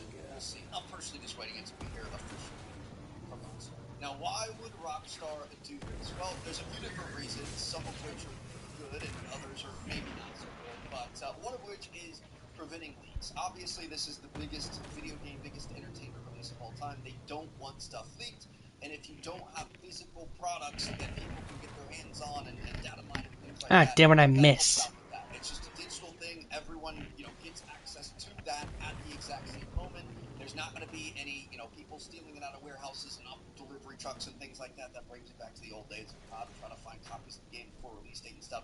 There's not going to be any of that if it's a digital release, which is obviously a good thing. Keeps everything fair, keeps everything even. Most importantly, keeps spoilers away. If there was a physical copy of the game, people would rob, shoot, steal to be able to get that, to be able to, leak everything online. And there's no way we would be able to stay away from that. So the entire game would be spoiled before any of us got our hands on that. So obviously that's a good thing. Game size is another one. So back in the day, games could easily fit on a CD, and then eventually we got Blu-ray, and that gave us even more. I think it was like 100 or 120 gigs on there. So for the most part, you could just ship the whole game on the disc. Today, it's a little bit harder, especially with these bigger releases. GTA is obviously going to be massive. Not saying you can't get around that. GTA 5 had a couple of discs. I think Red Dead Redemption 2 came with a couple of discs. You have like a download disc on one and then a play disc on another one. Who knows how big GTA 6 is going to be? It was definitely going to be at least 2 discs, if not 3, which is kind of crazy. So obviously that complicates things a bit. And then the third major reason I can think of is for maximizing profits. So if you're a digital-only game and you're not selling physical, there's no secondary market. There's no selling it after you're done with it. There's no buying it used. There's no lending it to a friend. Everyone just has to buy the game up front for the full price. And obviously there's nuance to that. You know, some analysts tell me what the actual game is because, like, maybe I borrow it from a friend or I rent the game from Blockbuster and I really enjoy it, so I buy it. That's still a sale there. So it's not 100% black or white, but I would assume that it would lead to higher profits. And obviously, as a good company with shareholders to impress, you know, that's very attractive to them. So we'll wait and see what happens. I could see it going either way. And to be honest, I think in general, it kind of, like, we're heading towards the digital era, and I do think discs are eventually dying. So maybe they'll hold out one more time. Maybe this is the last time. Who knows? I mean, you don't really own your game anymore. 10, 20 years ago in the PS1 through 360 era, you know, the game was on the disc. You could play it offline. The full thing was there. And now with modern games, especially because we're constantly getting updates and authentication and like cheating prevention and things like that, mandatory online service updates, the constant drip feed of updates and DLCs and item shops and whatever else, like it doesn't exist like that anymore. And the games have also gotten so big, like oftentimes the discs are just a physical key for you to be able to access it, the same way that, like, you click the button on your PlayStation or Xbox and it, like, checks to make sure that the game on your console is legitimate, even if it's downloaded digitally. Most games don't even have the 1.0 build just on the base, so like most of the ownership has been taken away, but you do still have the ability to have that secondary market. So that's what we might potentially be losing, and it's happening fast. Look at PC. My PC doesn't even have a CD drive. Or the Xbox Series S, neither one of those can read discs. 85% of games on PlayStation sold last year were on digital. So, like, unfortunately, physical media is very quickly dying, and I think it's a train that's just kind of out of control. So I think it's coming eventually. Really, the best thing you can do is vote with your wallet. So, you know, stand on your morals if you want to. I just have kind of accepted that this is where we're going. I know this is where we're going. It's obvious this is where we're going, and there's nothing we're going to be able to really do about it. One of the most common things I saw was, like, you're going to own nothing and be happy about it or something like that, or, like, you're just leasing the game. And it's like, I mean, yeah, you're right. But, bro, I would lease GTA 6 for $80 for the next 13 years, or $100 for the next 13 years. Like that, I'm perfectly fine with that, but I understand where some people wouldn't be. Now, on the other side of things, I actually feel pretty passionate about the $80 versus $100. Let's talk about the two different versions of the game and the paywall that's happening here that a lot of people are really upset about. So the base, like, original version of the game is $80, and then the Ultimate Edition here is $100. And for that extra $20, we got a little sneak peek of what we get. So we're going to get some certain vehicles. You get some weapon skins. You're going to get Jason's motorcycle and kayak at this safe house. You're going to get another vehicle here. We've got Ride Out Custom, so this is a custom car shop. You get a salon, so you can get your nails did. You get a boat. You get a streetwear shop. You get the Vapid Dominator buggy, which, let's be honest, this thing is sick. A tattoo shop, a custom off-road vehicle shop, PTT Youngins illegal goods store. You get Willie's classic car collection, which this is. It looks like it might be side mission style things, so missions are unfortunate. At Farm Bureau Financial Services, it's your person. Ask about your family and your pet. We've been here for you for over 85 years, and we'll be there for you for years to come. Farm Bureau Financial Services. It's your future. Let's protect it. Are you ready to start your tomorrow today? Waste Management is hiring certified and experienced diesel technicians and mechanics. At WM, you'll work for a leader in providing integrated environmental solutions. We care about the future of you and your family, our communities, and our environment. WM offers a positive work environment, that's it. I think what people are missing, and it's kind of a valid crash out because we're not seeing the details of the rest of the game, but like it's not like the base game and the map isn't going to have other shops and other vehicles and other customization outside of this. It's not like these are the only ones and you're just going to be stuck with the base vehicle and never be able to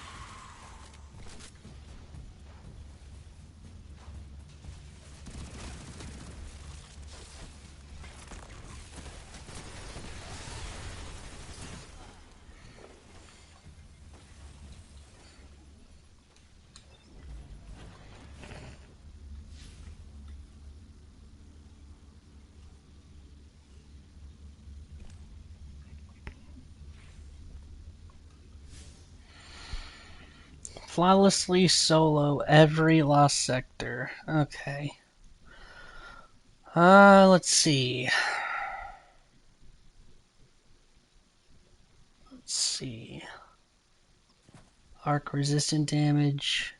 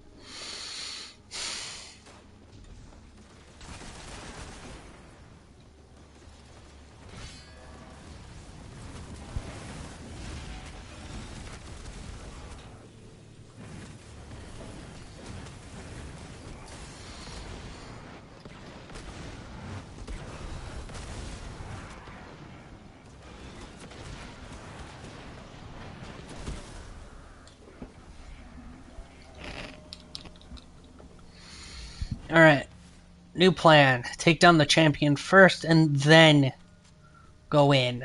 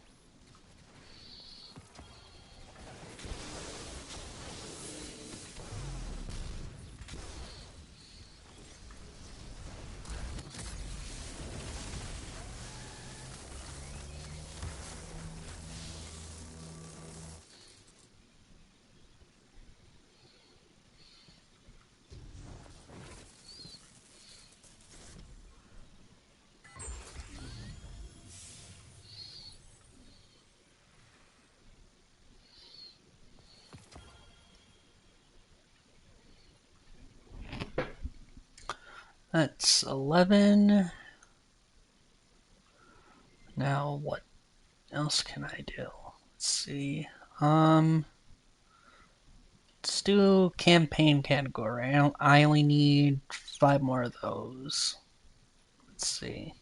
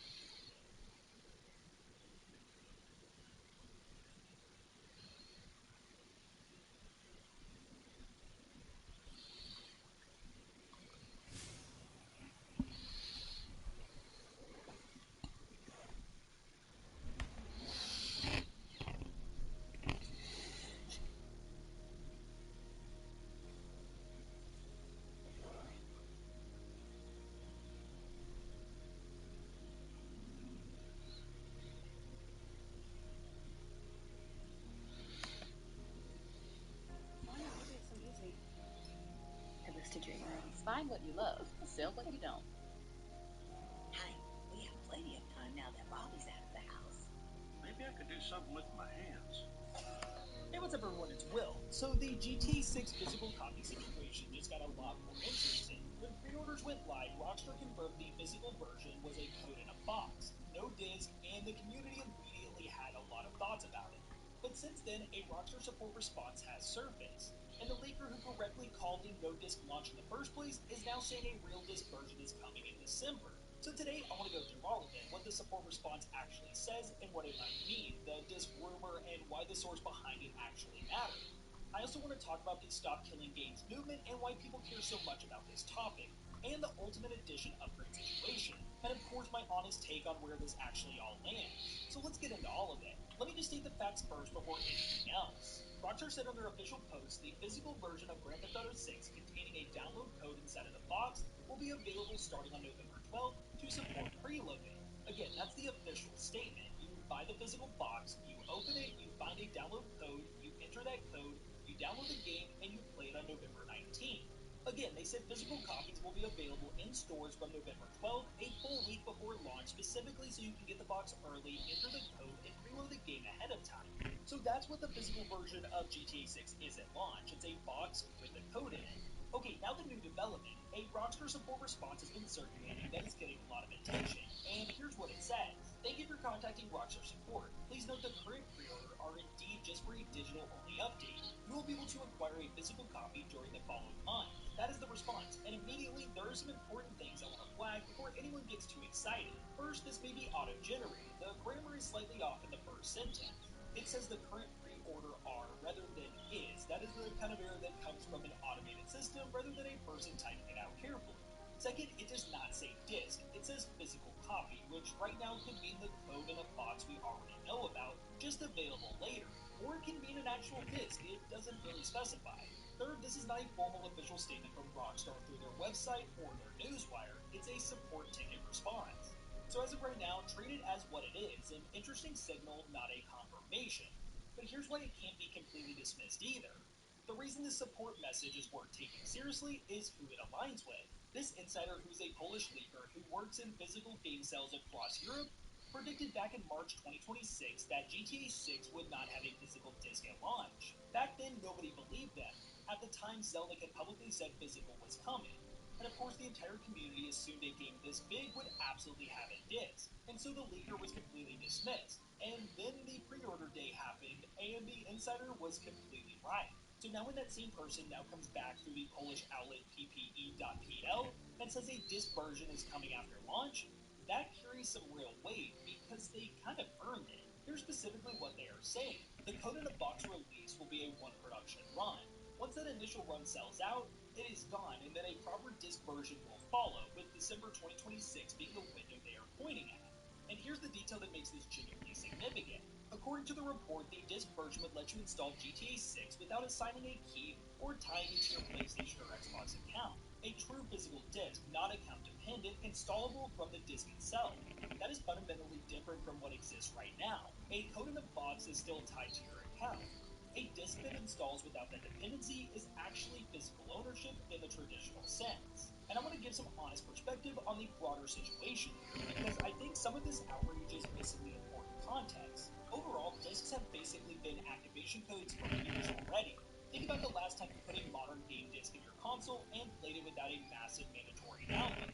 For most games in the last several years, you put the disc in and you still download 50, 60, or even 80 gigabytes before you can actually play anything. The disc just proves that you purchased it. It's not actually giving you the whole game. GTA 6 is going to be enormous. Best estimates put the file size at 150 gigabytes or potentially even more. A standard Blu-ray disc maxes out around 100 gigabytes. The game is already larger than what a single disc can hold. So even if Rockstar had shipped discs, you would still be downloading significant additional data. The disc would have been a partial installer at best. A code in a box skips the middle step. So is the ritual and feeling of physical media real? Yeah, I do understand why collectors feel some kind of way about it. Absolutely. But the idea that we would have gotten a fully self-contained offline disc experience for a game this size was never going to happen regardless. But now the December disc situation kind of brings that back up, and it really potentially changes the whole equation. If it truly installed with that account authentication, that is something meaningfully different from what modern discs have been for years. And real quick, I want to talk about the movement behind why people care so passionately about this, because it's really some important context. Stop Killing Games is a consumer movement started in 2024 by a YouTuber named Ross Scott. It was triggered directly by what Ubisoft did with The Crew 1. Basically, here's what happened. Ubisoft shut down the Crew servers in March 2024. The Crew was always an online racing game from 2014. When the servers went dark, the game became completely unplayable for everyone, including people who had bought physical disc copies. Ubisoft revoked licenses, offered no refunds, and it came out that the Crew had an unused offline mode sitting in the code that Ubisoft never bothered to activate. And well, the backlash was enormous. Stop Killing Games gathered over 1.3 million signatures on a European citizens initiative. A French consumer group even filed a lawsuit against Ubisoft in March of 2026. And there are active legal proceedings that are happening right now across multiple countries. And really, that's the context behind why people are so anxious when a company says the physical version of their game is just a code tied to an account. Because the Crew proved that physical ownership means nothing if the game requires server authentication, and the company can pull the plug whenever they want. A true disc version of GTA 6, one that installs without needing an account, is the answer to that concern. It's not a perfect answer for everything, but a meaningful one. And one more thing quickly, because I've seen a lot of people hoping for it, a physical map of Leonida in the box, basically an art book, a poster, some kind of collector insert. To be honest, I genuinely don't think anything like that is coming in the launch box, and here's why. Physical launch copies are available from November 12th, a full week before the game comes out. That is 7 days where those boxes exist somewhere in the real world, in retail stock rooms and shipments, in the hands of store employees. If there was a physical map of Leonida in that box, people would take photos and they would be online within hours. Every road, every location name, every region Rockstar is not officially revealed, all of it out before launch. Rockstar is absolutely not going to let that happen. The whole logic behind the code in a box approach is controlling what leaks before November 19th. That same logic means nothing revealing goes in that physical box at launch. Now, as far as collectibles, I really do believe we're going to get some type of collectible box like what we got with RDR 2. And if that's the case, we should see it revealed in the next couple months. And as one last point, if you buy the standard edition, you can actually upgrade it to the Ultimate Edition at any time for $20. The upgrade is already loaded in as an add-on on the PlayStation Store right now. You can see it sitting there ready to go. And to be honest, I think it's really cool that Rockstar gave us this option. So let me just put the full picture together. At launch, it's a code in a box, no disc, confirmed by Rockstar officially. That is not changing for November 19th. A December disc version rumored from a leaker who proved themselves right on the no disc prediction, and it's supported by a Rockstar support response that, with even all the errors, points in the same direction. Of course, not officially confirmed, but the most credible signal we have. My honest take is that a disc version is probably coming. I believe that, but I can't tell you it's confirmed because Rockstar has not said it through official channels. For people who specifically want a true disc, watch December. If the insider is correct, you're getting something with the code in the box number 1. And that's actual physical ownership, not tied to an account, installable from the disc itself. And really, that's worth waiting weeks if that matters to you. So now, with that all out of the way, I want to hear from you. The leaker who correctly called it no disc at launch is now saying a real disc version is coming in December. Are you planning to buy it digital right now and play on November 19th, or are you holding out for the disc? Let me know your take in the comments down below. I'll be reading through all of them. And while you're at it, make sure to hit that like button, subscribe, and turn on notifications for more videos just like this one. Alright, with that all out of the way, thank you so much for watching. I know it's powerful, enough to attract a And I'll whole catch you in the mess next of one. scorn. If this object is what you promise, then it'll be worth it. Stay alert, Guardian. We can't miss this one. Advil liquid gel target. Stupid ads.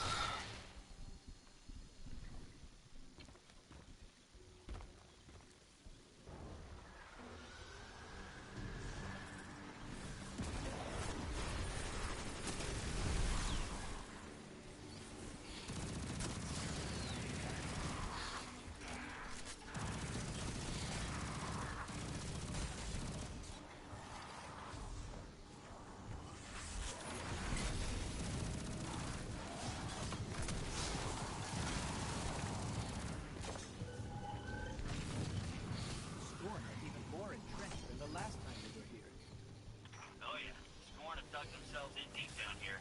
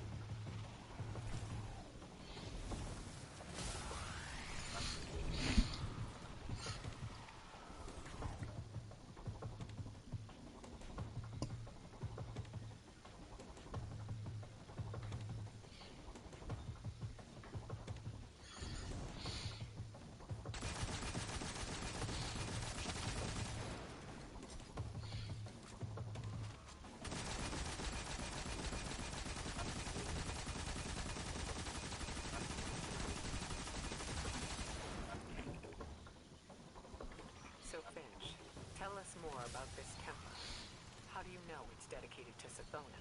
I only got a peek inside, but the statue in there looks just like her. So Savathun built a mausoleum for her younger self, then abandoned it. Why? I don't know. Embarrassment? Who isn't a little ashamed of their past? Dead end. But there's an illusion here. It's Savathun's signature. She would leave this area totally unprotected. Why didn't she return to upgrade her defenses with the light? Why haven't the Lucent Hive come to confront the Scorn? Oh, maybe it's bait. Maybe she's luring the Scorn in so she can convert them. Use them against the witness. I highly doubt Savathun would gamble her throne world for the sake of a few Scorn brigades. No. Savathun and the witness are fighting a turf war. You don't cede ground unless you're losing.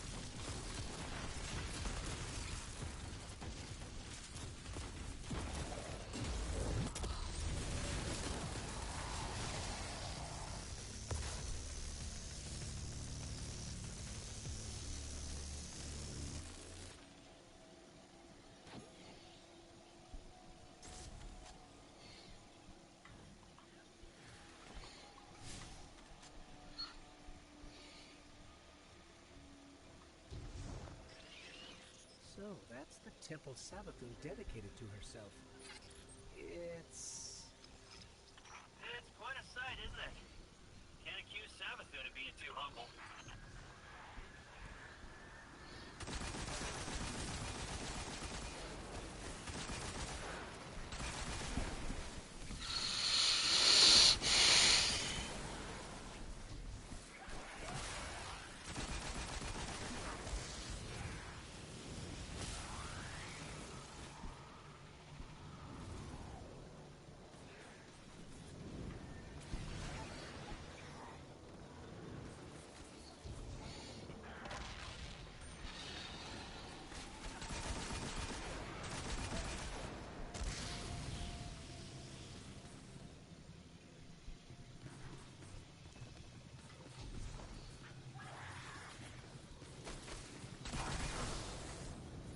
There's no way to lower the bridge from here.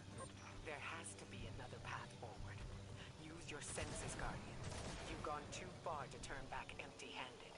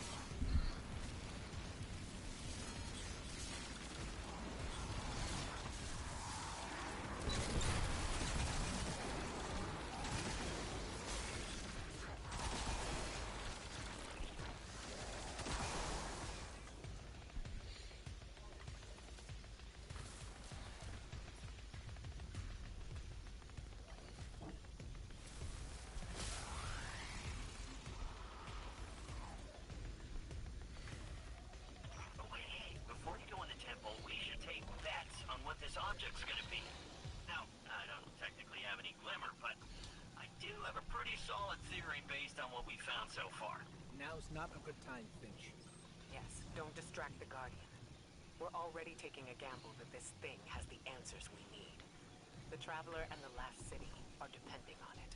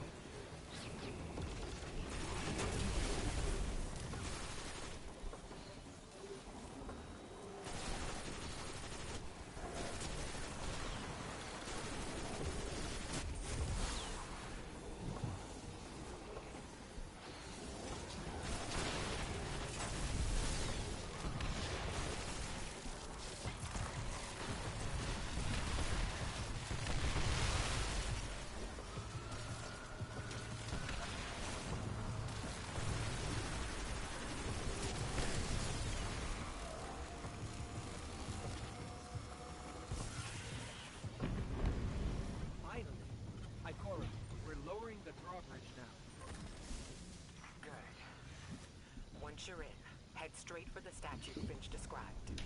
If this fits the pattern, the object should be nearby.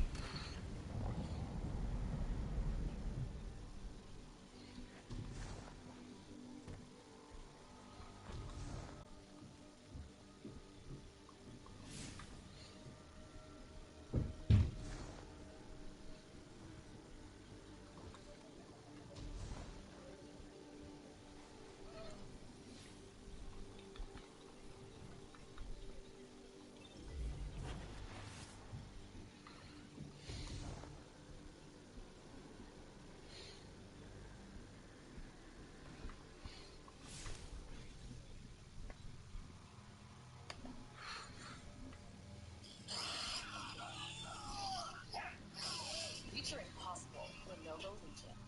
Get a large pepperoni pizza from Little Caesars for just $5 if you're an Amazon Prime member with this Prime Day offer. This is the first pizza deal of its kind on Prime. Get your $5 pizza with this Prime Day offer from Little Caesars. Online only. Pizza, pizza. Well, it's official. Bungie has now started to get playoffs. And this post, Bungie is stating, great sadness, we are announcing a reduction in force as we reorganize Bungie as leaders of Bungie.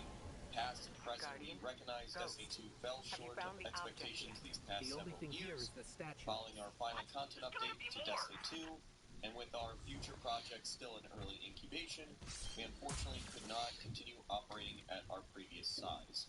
We know this decision has a profound impact on the people affected, their families, friends, and teammates. While these changes are necessary to best position the studio now and in the future, that does not lessen the utility of this level. The impact it has on the expected later information about the future is all not today, not without day. Today, we should send our gratitude and compassion to every member of the Bungie team who has been impacted, those who can, the same Bungie. I want to be mad. I am more sad because of the people that this Ikora, is I'm sorry, going to but affect. it doesn't There are look like there's people's anything here livelihoods but the that statue. are just Please don't tell blown me away. the Guardian did all this for And, nothing. yeah, There's something there, I it's swear. not good, obviously. The object, So, the statue itself. Or one I hope part of that the statue. everyone that is That affected by word this, familiar looks I like wish it's you a the separate best. piece. And Of course. This any is companies Savathun's out temple. there that want There had to be a talented trick in it. individuals, there they are. Like, they have made amazing content, and it's a real shame that that amazing talent is not going into Destiny or anything Bungie related going forward. It just sucks. Listen, we knew this was going to happen, but finally seeing it officially happening really sucks.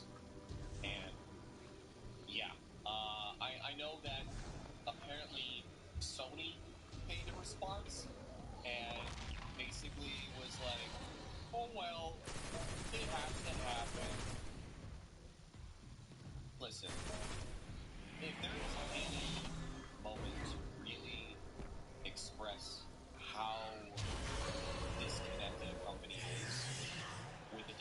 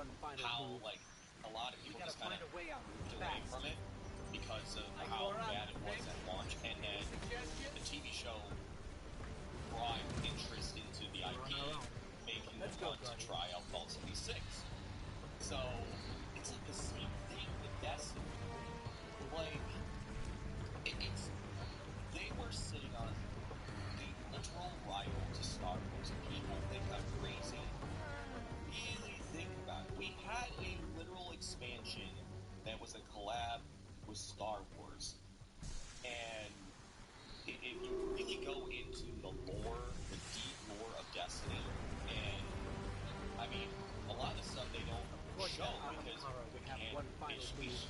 It's We gotta find a way out fast. Like we could make movies Ikora, like that Vic, maybe.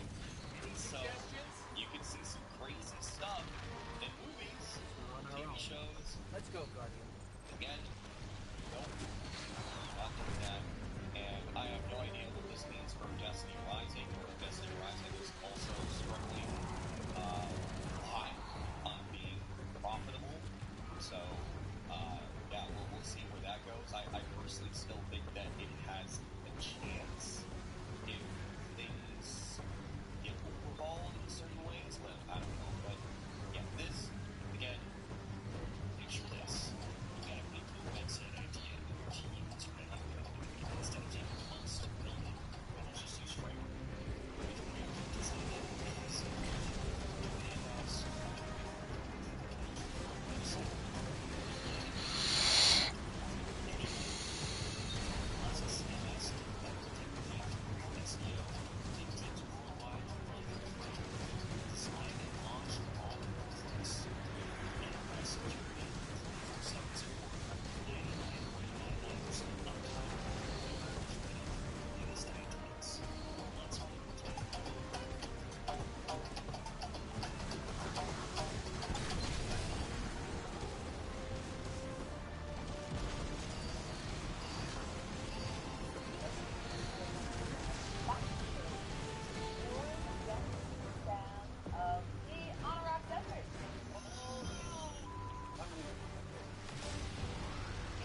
Ghost.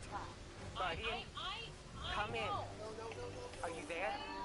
We're here, Ikora. We're on our way to the surface now. And you've got the options, right? Otherwise, this was a huge waste of time. We got it. Thanks for the concern, Finch. Well, I never doubted you for a second. Ikora was worried, but I knew you two could handle it, Ahamara. I am so sorry for all The danger was real talented. enough. Never should have sent the Guardian in on such shaky intel. Even if it was our only lead. Well, we made it out in one piece. And if this object shows us how Savathun got the light, the risks were worth it. Yes. Let's hope. Yeah. Go team?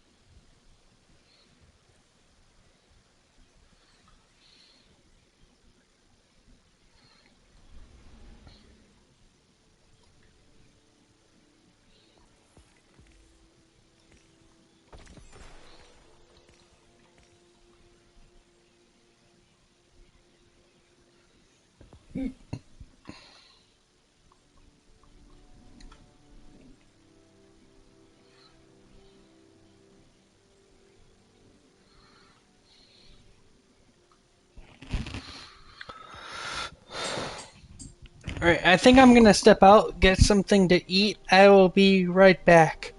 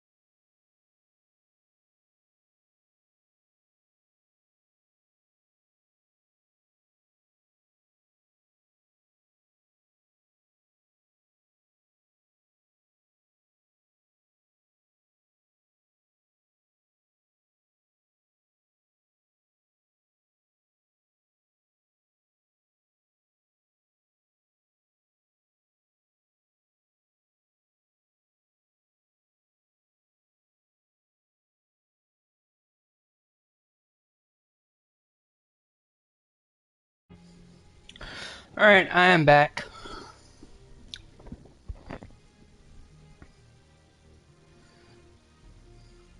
Alright, I guess I'll just have to join him then, since he's not gonna join me.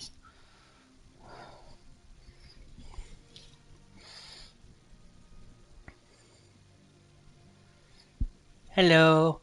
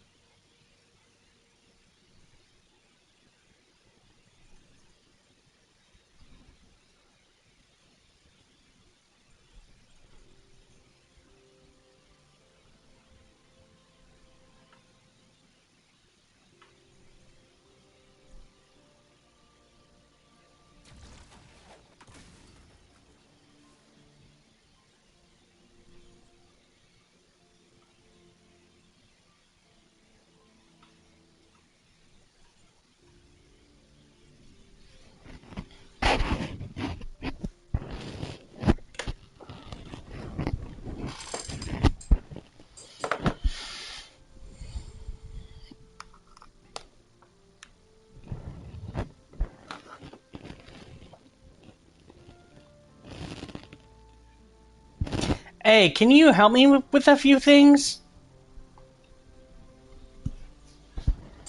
Let's see. I need to complete the cunning in the throne room, and then I need to so I need to complete the cunning mission, and then I need to find the Drake tank during the escape, and eliminate all abominations.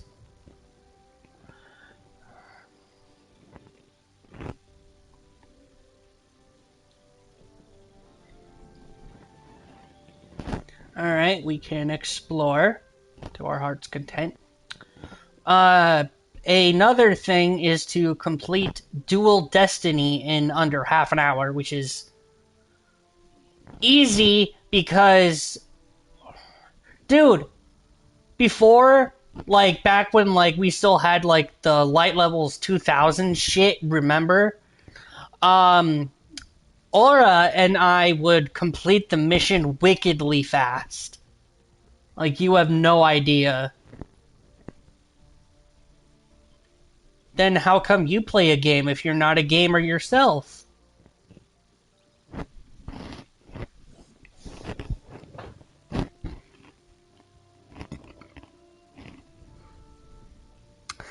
Funny how that wasn't what I was talking about, but okay.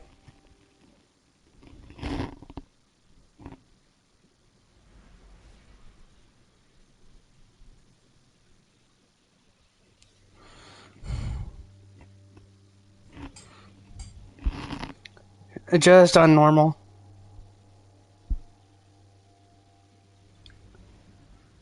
It doesn't matter the difficulty.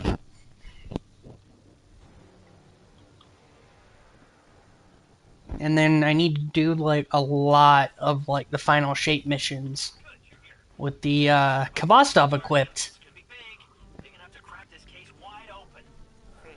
And I just got the catalyst for that, so don't spoil it for me. Yeah, but I haven't used it. I haven't even leveled it up yet.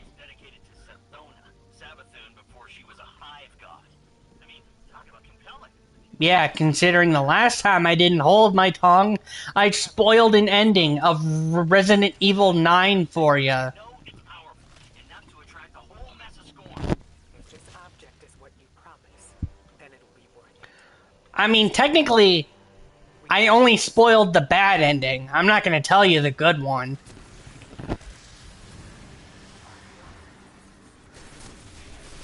I find it super sweet that Grace became the mother of Emily.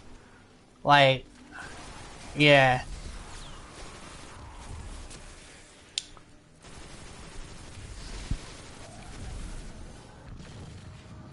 Like, the whole thing with those two is just like a really nice thing to see.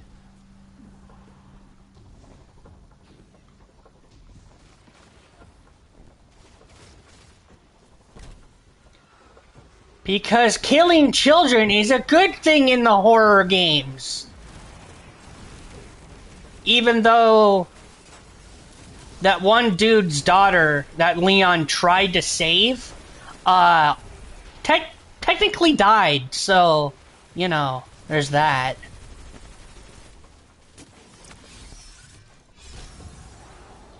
Resident Evil 2.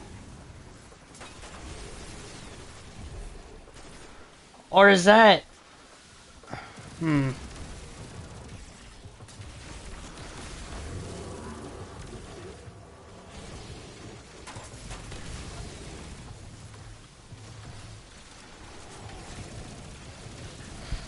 Yeah, and there's like a remake of that being made now, so...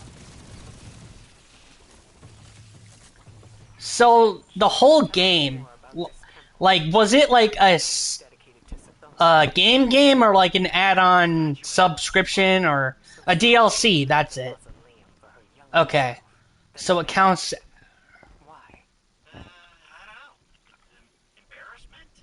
Okay.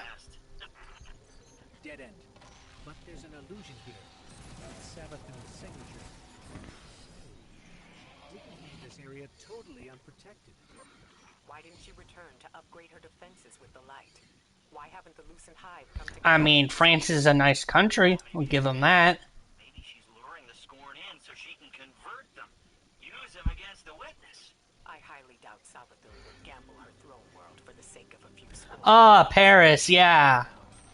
That's it. The witness are fighting a turf war. You don't see ground unless you're losing.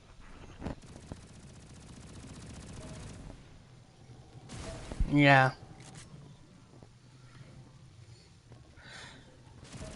Spin. That's what it sounds like.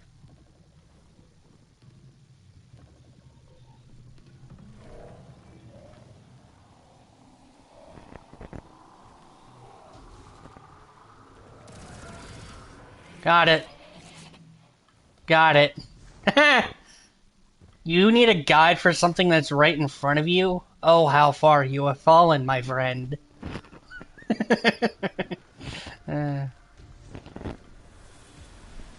All washed up and nowhere to go.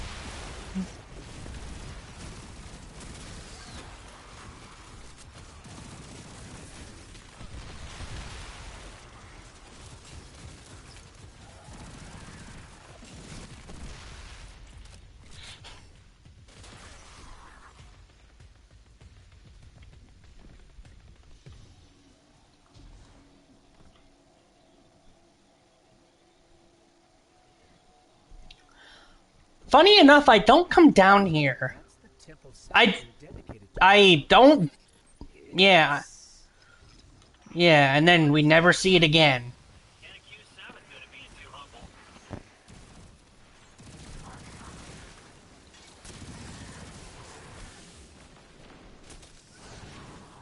There's no way to lower the bridge from here. There has to be another path forward. Use your senses, Guardian. You've gone too far to turn back empty-handed.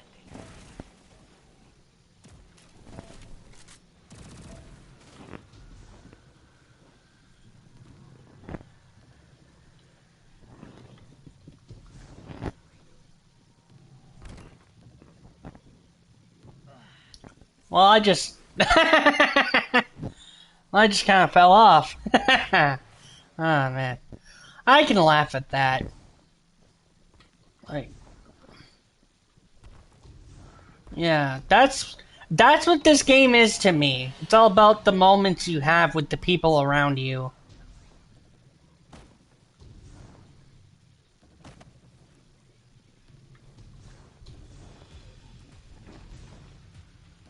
Yeah.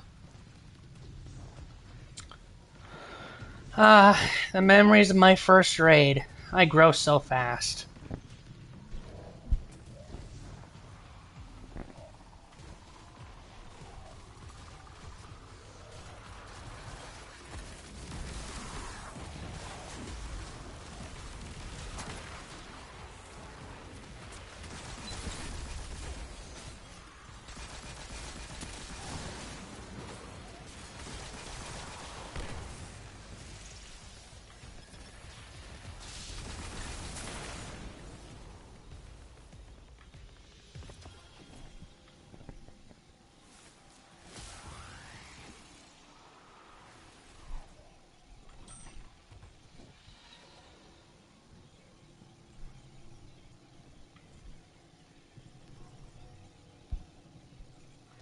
Where the hell did you go?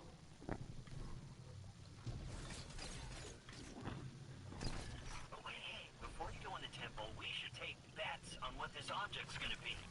Now, I don't technically have any glimmer, but I do have a pretty solid theory based on what we found so far. Now's not a good time, Finch. Yes, don't distract the Guardian.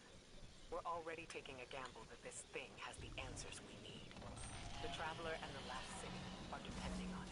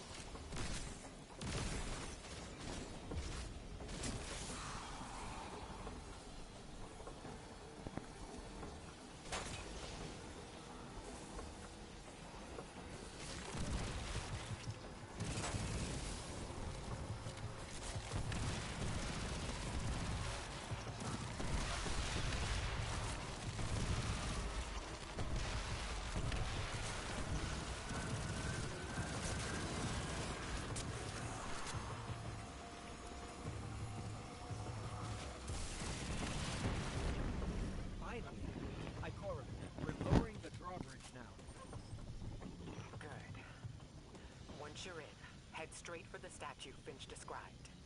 If this fits the pattern, the object should be nearby.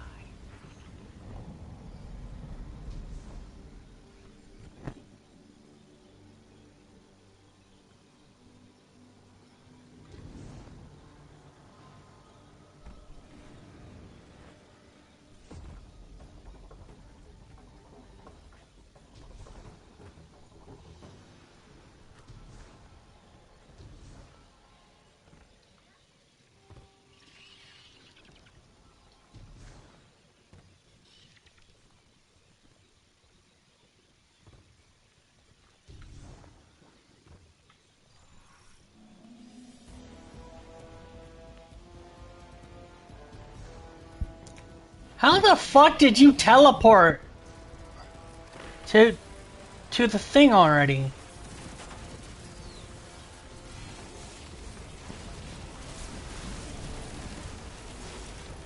You know, you're really funny. You're a lot more hilarious than my dad, I'll give you that.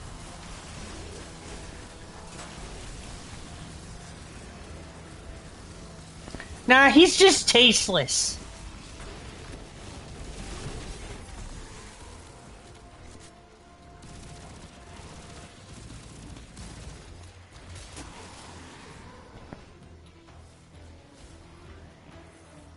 Ikora, I'm sorry, but it doesn't look like there's anything here but the statue. Finch, please don't tell me the Guardian did all this for nothing. No, there's something there, I swear.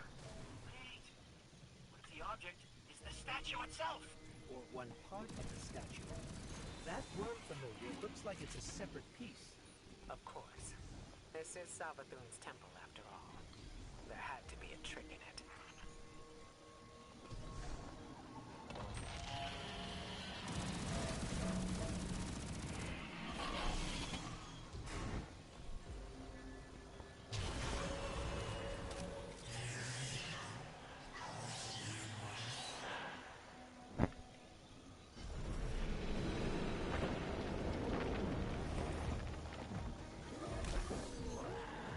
But that's impossible. That's an Ahamkara. What? I knew the Ahamkara were gone. I knew there was one left. At least one. The last one died cursing the dreaming city. This has to be another illusion.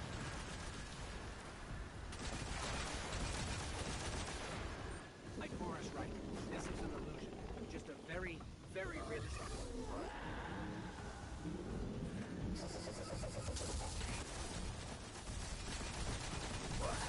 The high magic powering that illusion is limited. If you escape, it can't follow. No chance of that. Exit's completely blocked. Those scorn must have come from somewhere.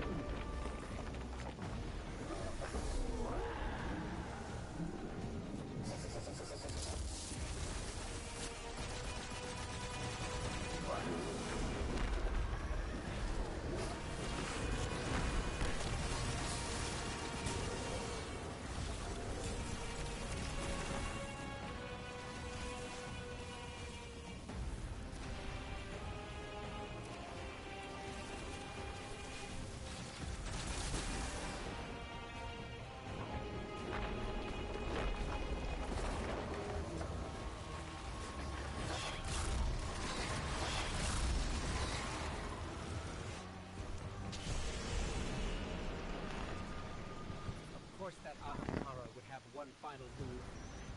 We gotta find a way out, fast. Ikora, Finch, any suggestions? We're on our own.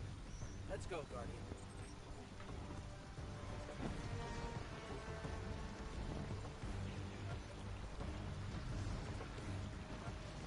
I don't suppose we can grapple our way up there, can we?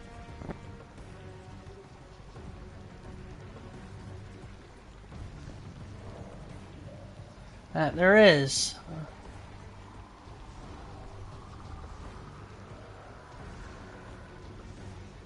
Ah, shit.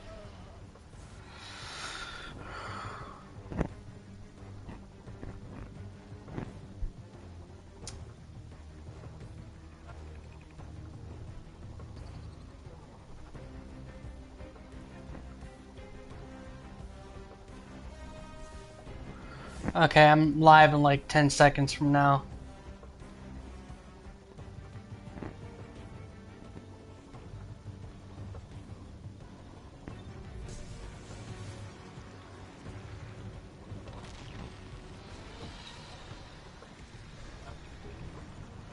Wait, can you pike all the way there? Is it possible?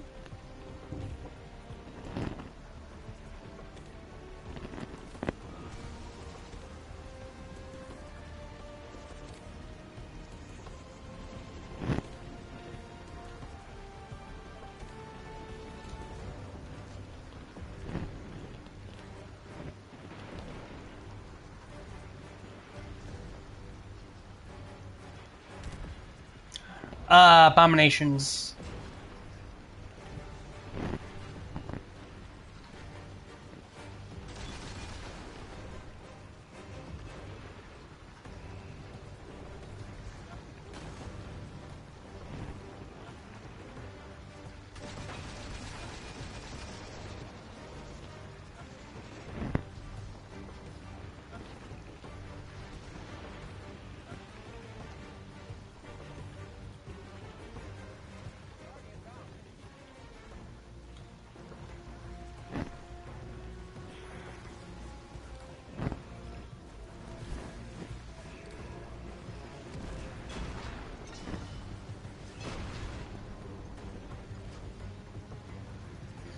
I shall drive us to salvation, my friend.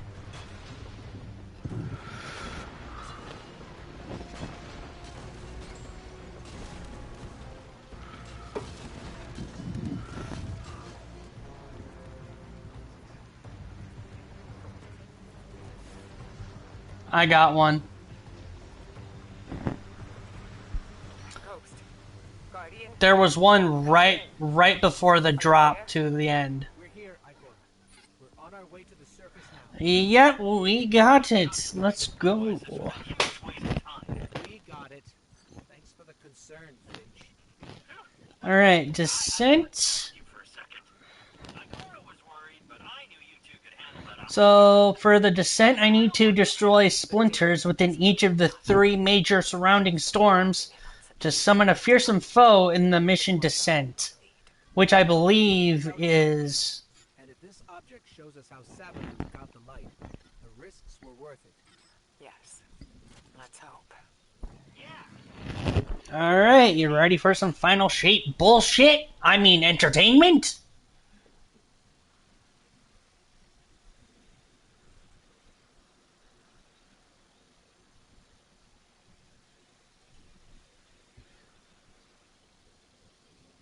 Hang on, let me see. Okay, ascent with the Kabastov, that is fine. Complete descent. Okay, so we're gonna do the descent first. Although it really doesn't matter. I'm gonna keep this shit on normal difficulty.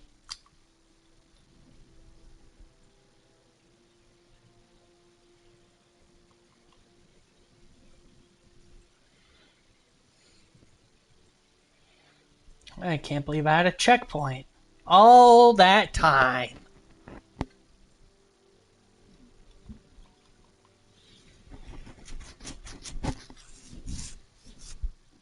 Dude, I hated waking up for school in the morning. It was such a pain. Because I was always so tired. I was always pissed off. You know, it's not really a good look.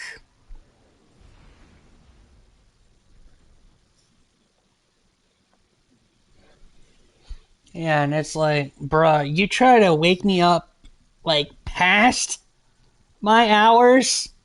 Because I usually sleep till, like, 11 or 12 if I'm, like, super tired.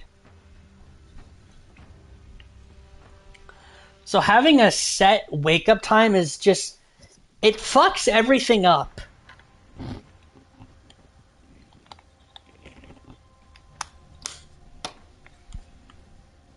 There's a storm gathering. You can feel it in the air. The closer we get to the monolith, the more powerful the witness's influence becomes. It's interfering with my ability to track the commander. He won't respond when I hail him. The look in his eyes when he turned away from me.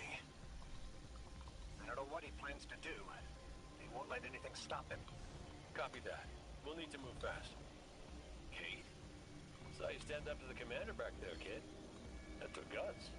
Let's go. Ikora's not coming? No. Just you and me. You can't blame her. Harsh. What did Zavala say? Not going for a walk? Look after them? Guardian, you join up with Tarj, Kate and I will bring up the rear.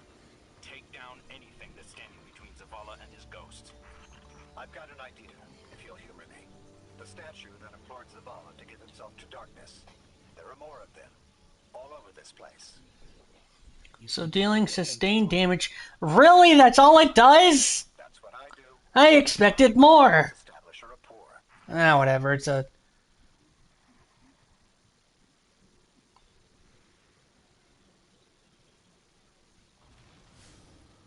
Look me in the eye and speak truth.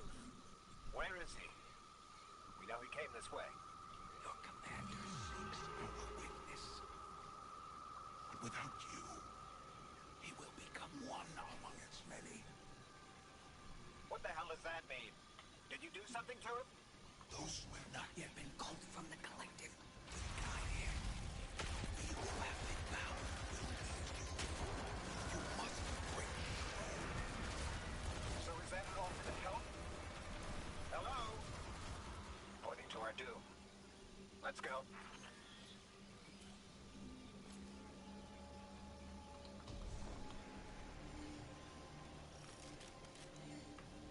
That storm. It's building. Growing stronger. Good. If the witness doesn't want us to come this way, it means we're on the right track.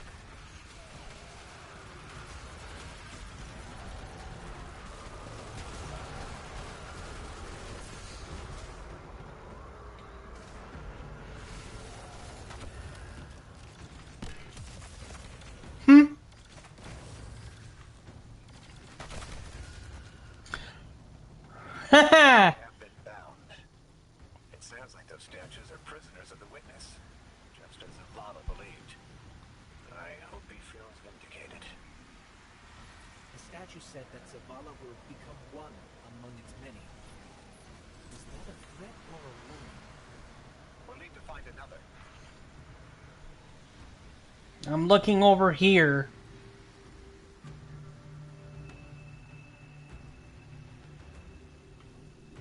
Oh wait, so I guess like the further I go, the less of a storm it'll be? I don't get this. I don't get it.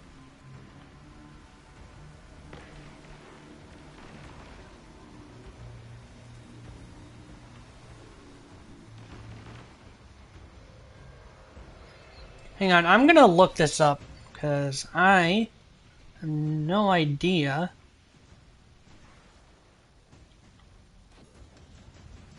Fuck it, you're right.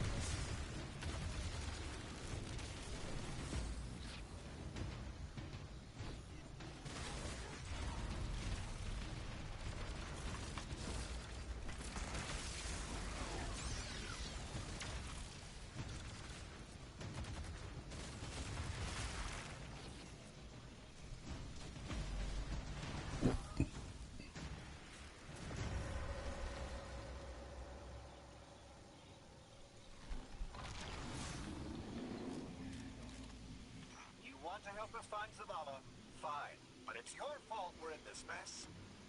Why did you reach out to him in the first place?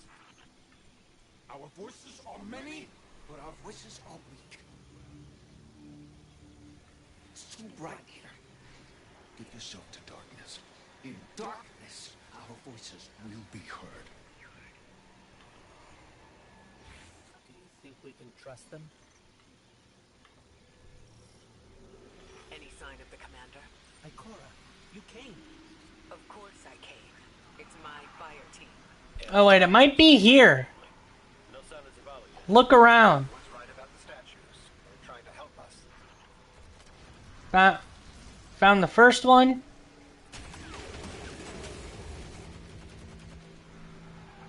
Just look for splinters.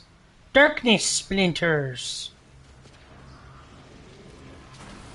And then number 3 should be...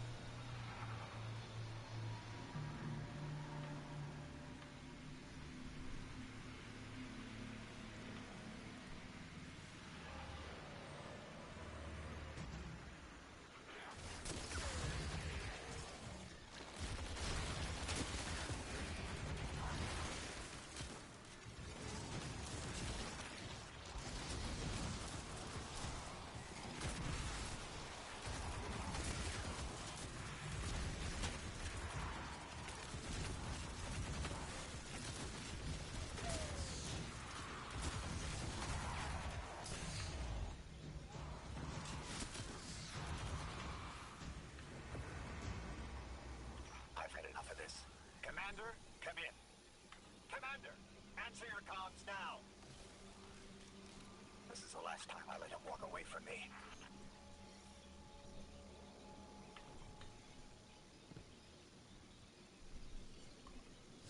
The last statue said they can only speak to us in darkness. That makes me think they still have some connection to the witness. Something that's made up of 1 million individuals is bound to have a few dissenting voices. We are the shame our witness could not bear to reckon with. So the first knife cut us out. Exile until we are deemed worthy. Imprisoned until we can be reintegrated into the final shape.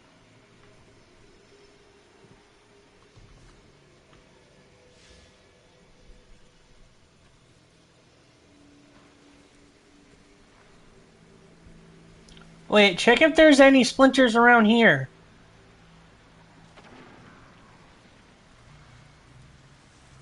Alright.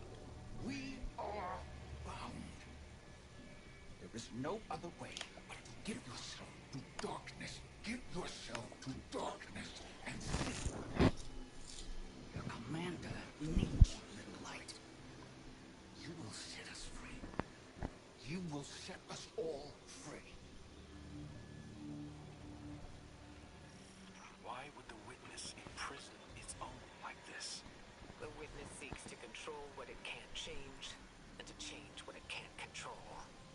That's the purpose of the final shape. He's afraid.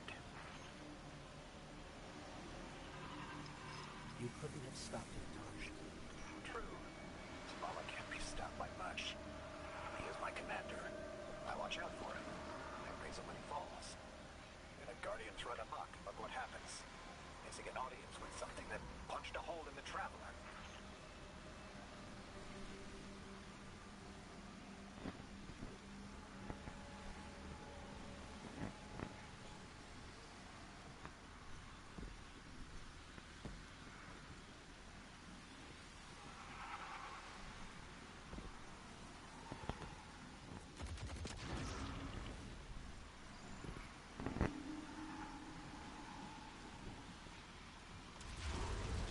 Oh!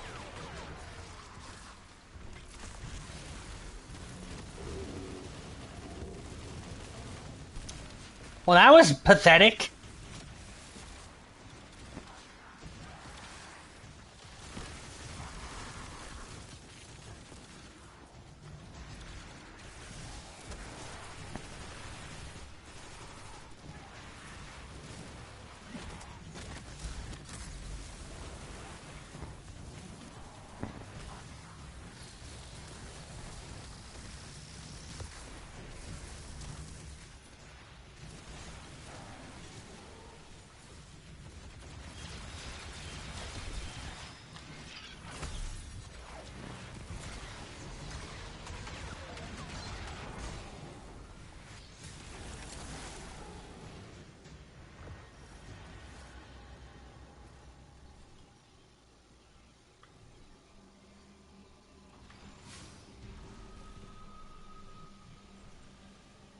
If you could just tell us how to free you.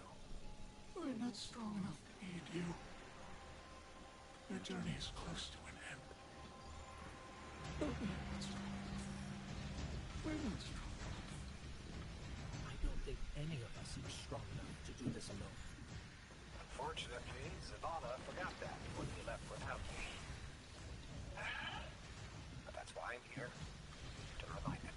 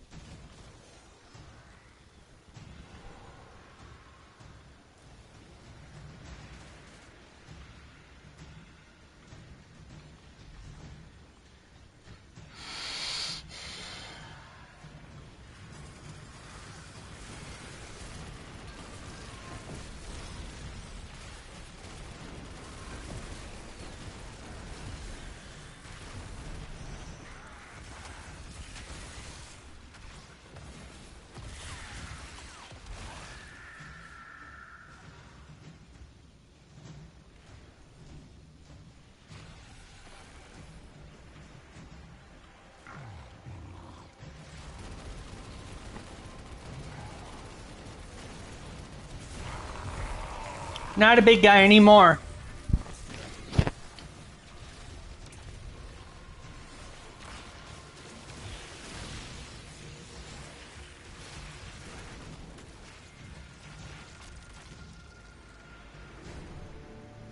I'm sensing a surge of energy that I can't pinpoint Zavala's location.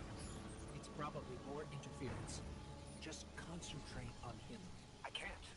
You can. Just feel for his light. I can't.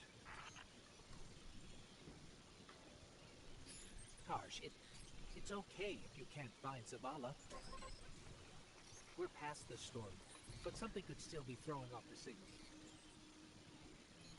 Even if that isn't the case, you don't have to know your guardian by his light. And how would you feel? Were you in my shell? You scour the earth for years, hunting a vague feeling, growing lonely, losing faith, but eventually, miraculously, finding your mark. And you spent years more by his side, watching him fight and die, fall in love, lose himself to grief. You forge a bond, seal your fates. not sure if you can do the only thing you were made to do? For the one person you were meant for? How would you feel? Well, Forget it. The feeling doesn't matter. You take a closer source, I'll check the one ahead. I know what to do. We got your back, buddy. Ghost, Guardian, keep looking. We'll catch up with Taj.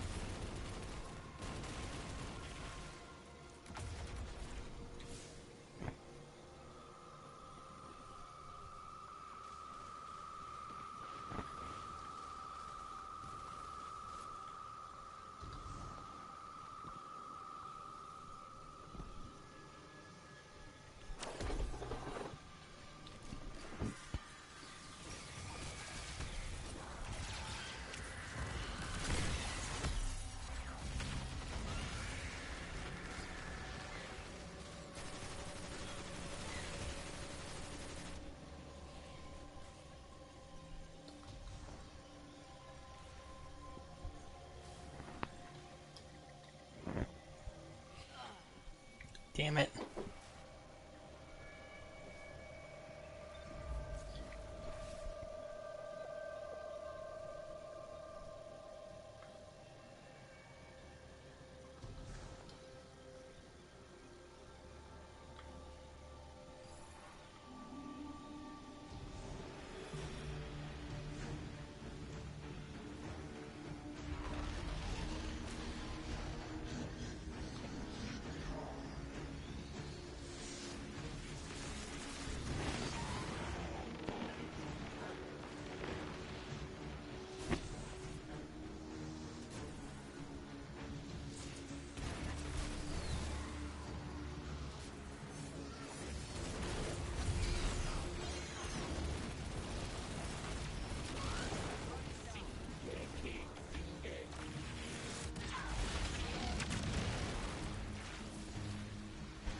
I'll wait up here for you when you can respawn yourself.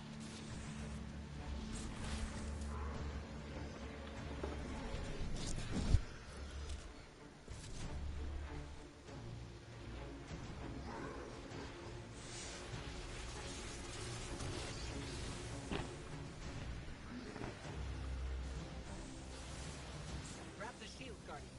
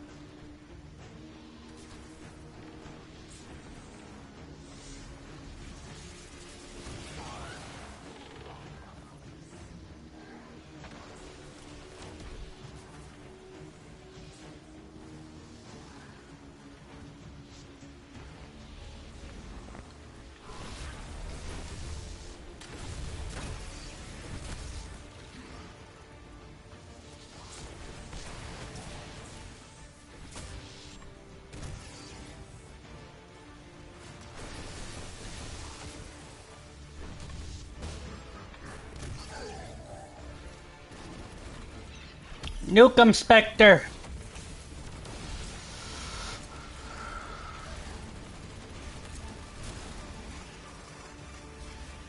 Well, he's still dead anyway. Enemies down. Let's get out of here and find Tarsh. This place is falling apart. We gotta move. Ah, damn it, I'm down. Make it, Spectre! Make it for the both of us!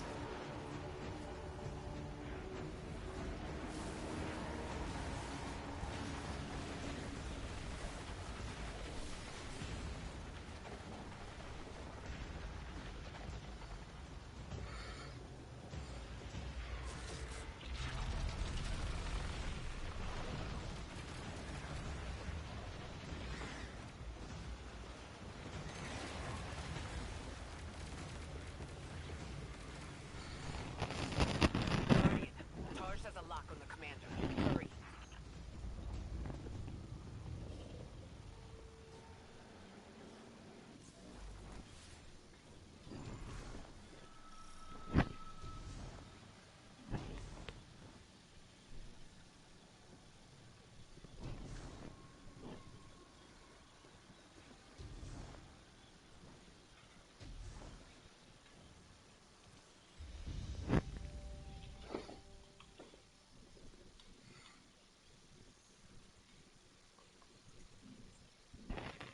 We did it! Cutscene.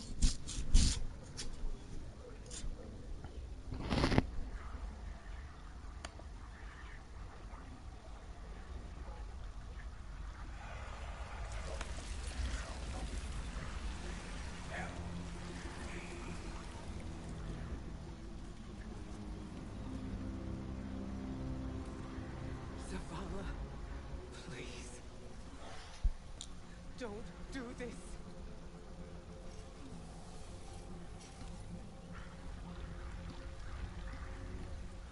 Mm-hmm.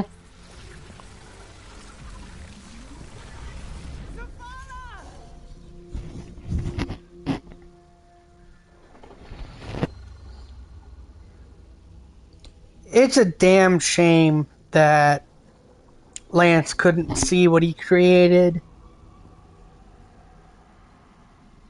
Commander, you come to us for answers.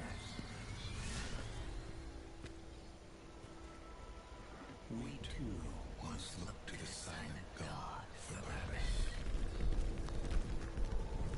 But all he could offer was more life, void of meaning. No. Lies. We ran from it. So we sought its opposite. And in it,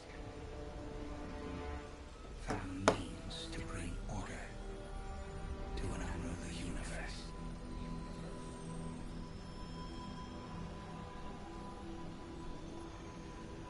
You, a traveler, had no tolerance for such vision.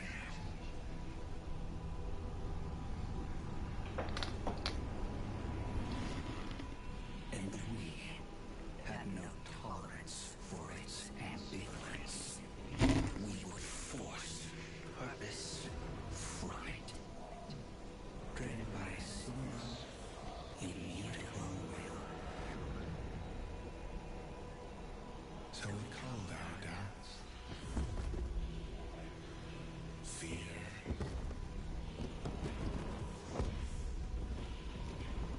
Anything that separated us, that clouded our intent, thus becoming one in darkness. What was made can be unmade. Lead us where we destroyed ourselves. Siege laws.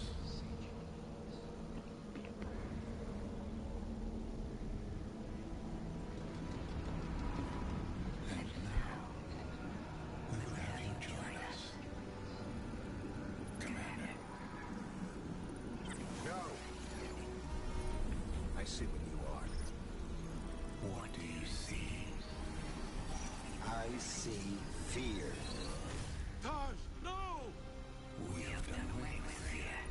We are not afraid. Yes, you are.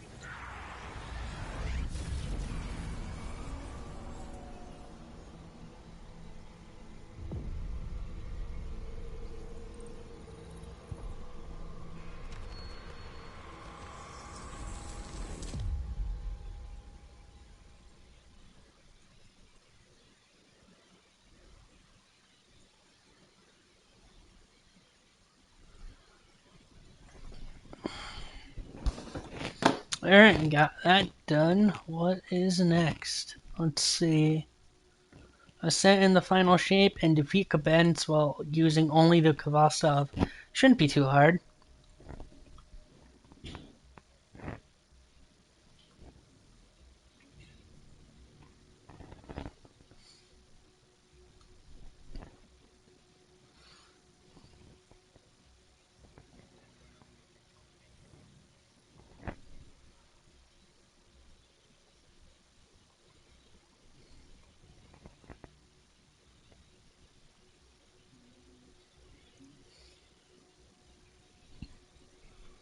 We good?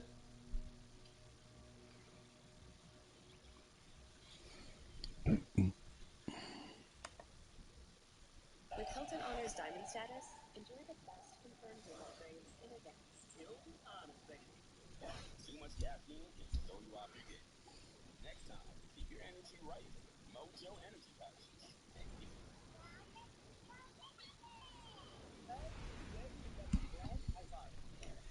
spanking new Destiny Studios.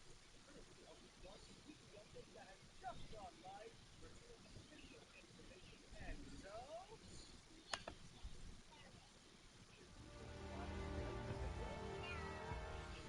Wait, who does better intros? You or me? Oh, that's nice. All right, all right, all right. Cade, you've known the commander a long time. You ever seen him like this? First I ever saw Zavala was right after the Great Disaster. Didn't know the light could go out of an Awoken's eyes till then. But this... this is something else. He's scared. I've never seen him scared before, not like this. I understand the fear, I feel it too, but I don't know what he'll do with it. Mm-hmm. Got some taken popping up on my route. You all okay? Nothing I can't handle. If you need me to come over and give you a hand, let me know. Hey now, who put who on their back when we threw down? Oh, come on. You caught me by surprise. Oh, well, I guess we're even then. You know, I often wonder who would win in a standout between the Crow and Cade. Although I kind of feel like that question's obvious now. Cade.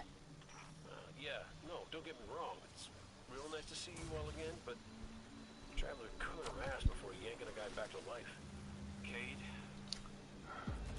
I need to tell you something before we go any further. Meet me up ahead. Oh, ominous and cryptic. My favorites. Yes, let's.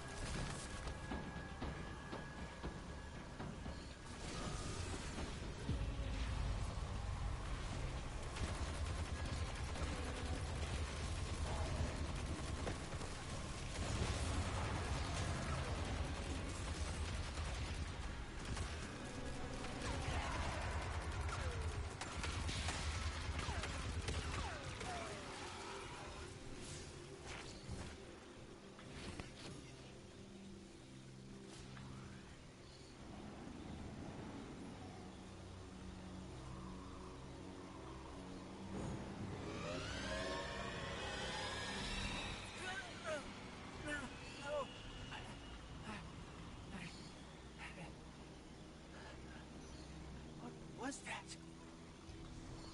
Oh, I felt it too, little guy. That's the Traveler. A witness is digging around in its guts. It's screaming for help. Good. We're here. I need backup. Girl wants to talk about how wonderful it is that the Traveler brought me back. Cora hasn't done enough of that already. It wasn't the Traveler. You might need to bring me back. Damn it! I wished my way here on an Ahamkara. On an Ahamkara? The dragon that twists wishes and dreams into waking nightmares? What the hell made you think that was a good idea? We were out of options. I remember thinking that I wanted to do this because I had to make things right. Just before I took the plunge, thinking about the Great King 6. No light, no ghost. Fearlessly staring up at me from the wrong side of his own gun. And there you were. There I was. I should have told you sooner.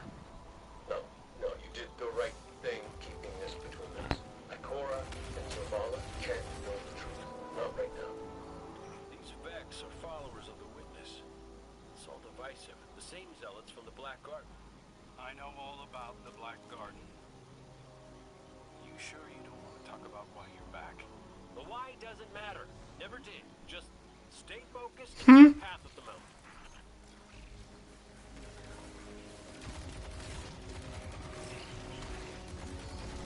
Just leave enough for me, damn it!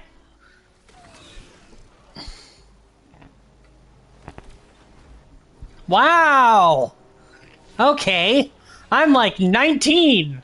I'm like 19 kills through.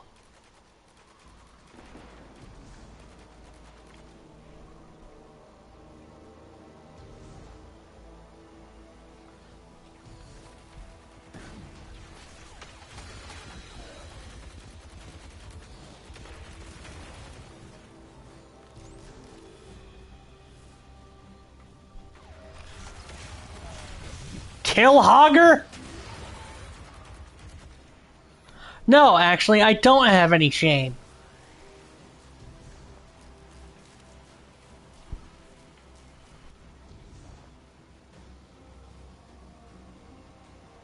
Listen, Crow, right now, I just need to do something that feels normal, okay? And blasting Vex feels really, really normal. Just know that the Traveler hasn't abandoned you, Cade. Even if you can't use the light is still part of you. I don't think my wish could have brought you back without it. You could be capable of things you don't even realize.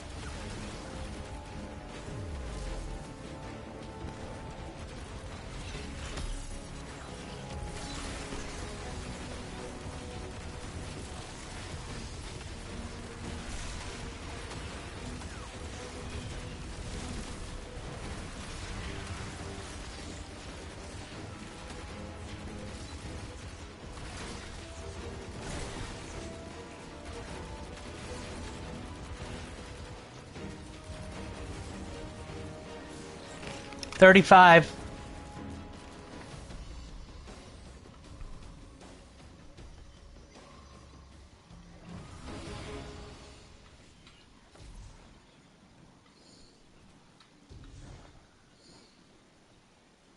How close are you?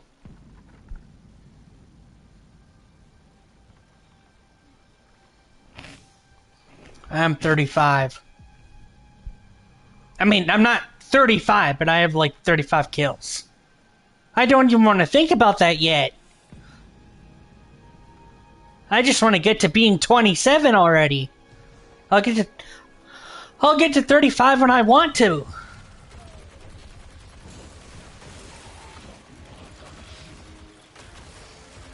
Don't put that shit in my head.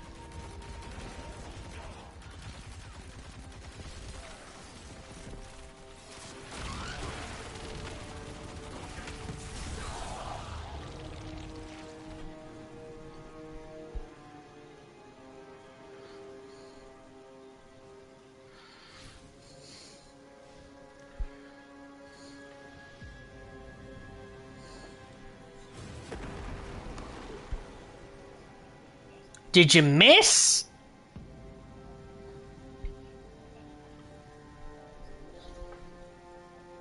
That is over. Earlier today, Bungie officially announced massive layoffs at the studio.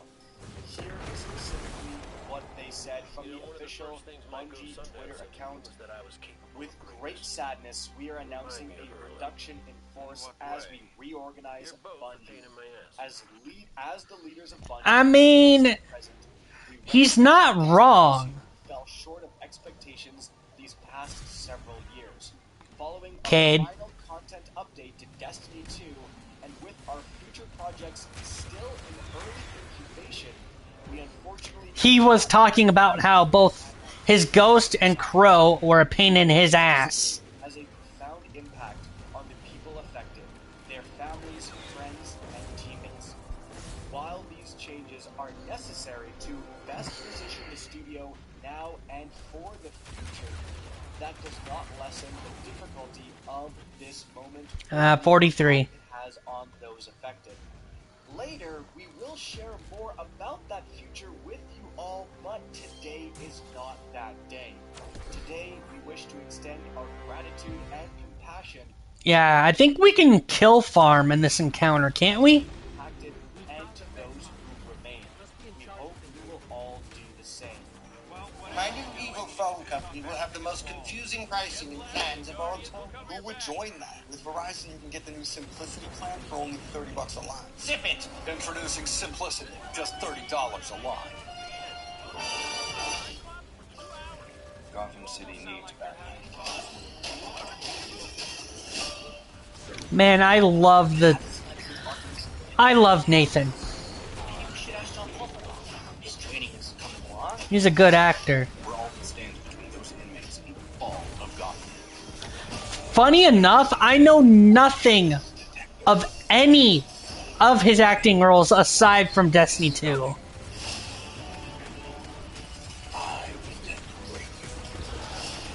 Then give it your best shot. Let chaos reign in Gotham. You have to help Batman. I don't know. Oh shit! I'm glyph touched. Okay.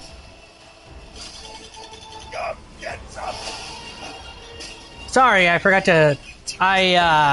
to say something about that. Sorry. And so, there it is. Now, in terms of the magnitude of these layoffs, what teams were affected, well, we actually have another statement. Alright, let's see. Witness and... So, here it is. And this is from Herman Hulst, the CEO of the studio business group at Sony. And he says, "Dear team, today I wanted to share a difficult update regarding Bungie. We've made the decision to reduce Bungie's workforce, affecting a significant number of employees, including most of the Destiny team and some Marathon team members.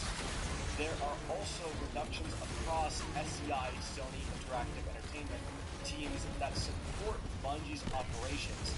Those impacted at Bungie and within SCI are being informed today. This is painful news, especially for talented colleagues whose roles have been eliminated. This decision... I'm 60, so I need 15 more kills. ...careful consideration, and I want to provide some context on how we arrived here. Over the past several months, together with Bungie leadership, we reviewed the studio's long-term direction, development priorities, resource needs, and role within our broader portfolio strategy. We explored multiple alternatives before concluding that a reduction was necessary to align the studio's resources with its current priorities and long-term Oh, I'm down. goals. Res meat. As Bungie recently shared in its Destiny 2 update, the studio has begun a new journey following the release of the game's final live Which reminds me, I'm gonna have to get the catalyst for Euphony at some point. franchise has left a lasting mark on players and the industry, and everyone who contributed to its success. I'm not gonna do like the whole raid. I'm just gonna get a witness checkpoint. Why you let him go? Marathon Cause I'm not putting myself up through that geometry bullshit. It's like Geometry Dash on steroids. established in season 1 and 2, and as they work Ah, shit! 73 out of 75. Fuck! to discuss, we are encouraged by the creativity and opportunities that lie ahead. Our immediate I think it's not like in one run. We are providing transition support and, where possible, working to identify opportunities across SCI and our global network of studios. I want to sincerely thank every affected employee for their hard work, creativity, and contributions to Bungie, SCI, and the broader gaming community. I know today's news is deeply difficult, not only for those leaving, but for those colleagues and friends that remain. Please take the time you need to process this news and support one another. Thank you for your resilience and continued support during this difficult time. Herman Pulse. I know. I gotta say it out loud. Get pro sound with flexible financing on Electro Voice.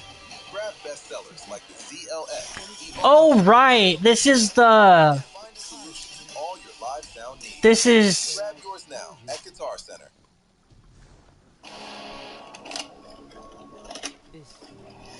Leopard went dark 3 hours ago.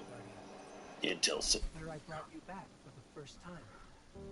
This is where everything started. There's an intense I love how they got like the music in the background.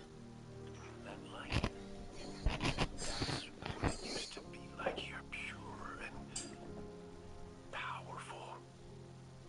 The golden feeling you get when you're holding a winning hand, just forever.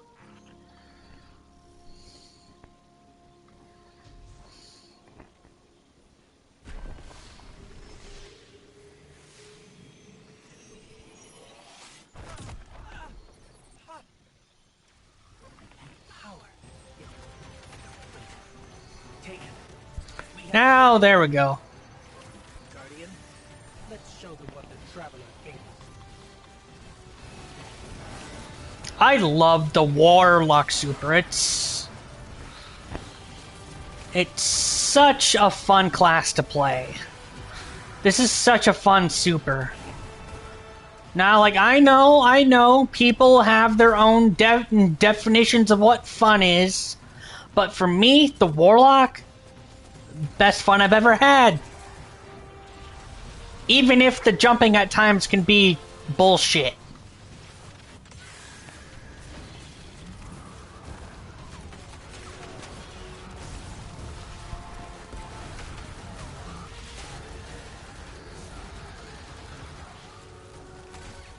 That energy.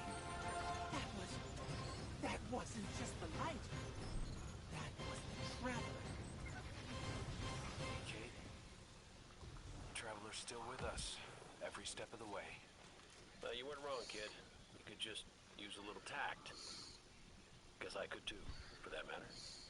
Maybe Ikora was right to try meditating. If we could cut through the noise... You think we can open a line of communication with the Traveler? Something like that. Listen, you and the Guardian go on ahead. I'll see what I can puzzle out.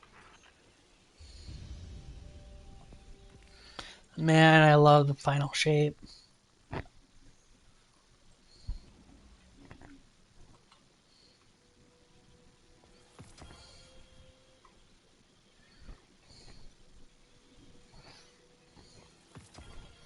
Hey, at least I got my kill 30 combatants in the Pale Heart. It really sucks I don't have Renegades on my PlayStation 5. It also sucks I can't find it for my Xbox. I bought the disc.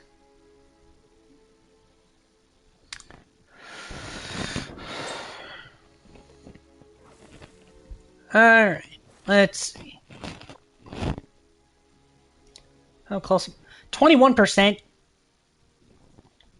Gosh, freaking damn it! Alright. Alright. Time for the Dual Destiny mission.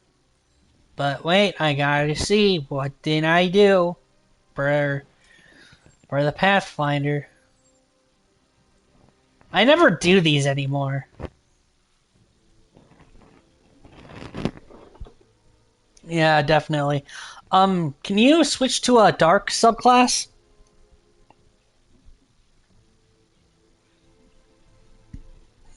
Okay, fine. Have your Skipnade build.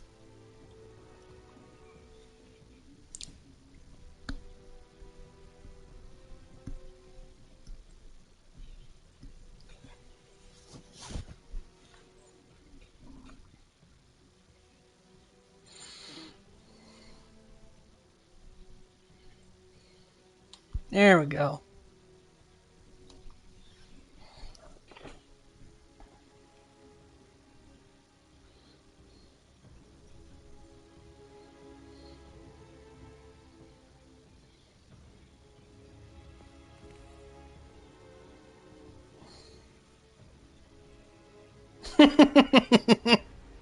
Hmm.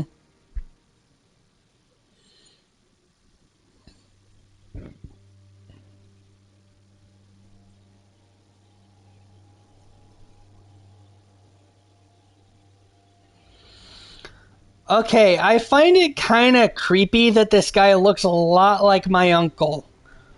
What the fuck? Okay. I'm not gonna friend him. Oh my god.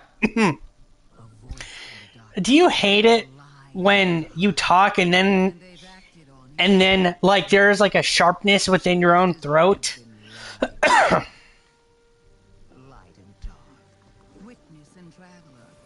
No, like the hoarseness of like your throat feeling all sharp whenever you try to talk and all that. Do you know what I'm talking about? That feeling you get when you... Yeah.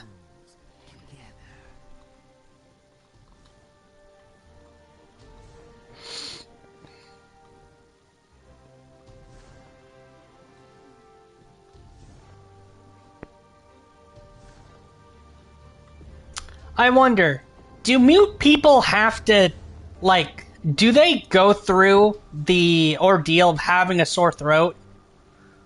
You know?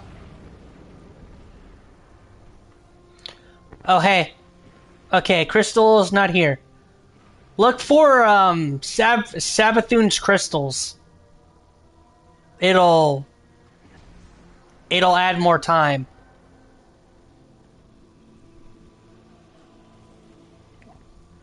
Oh, wait. So, okay, so that crystal has to be in the other room. Okay. I'm just trying to memorize this because I haven't done this mission in like a god-forsaken long time. I haven't done this in a while. Like, I know there's that one. There's one in, like, the jumping puzzle. And then...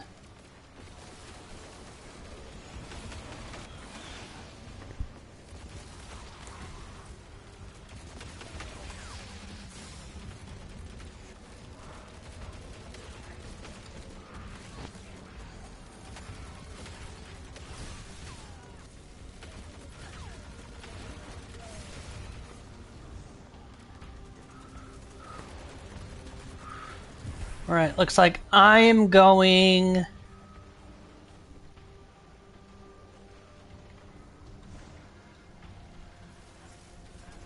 Oh wait, you're over here.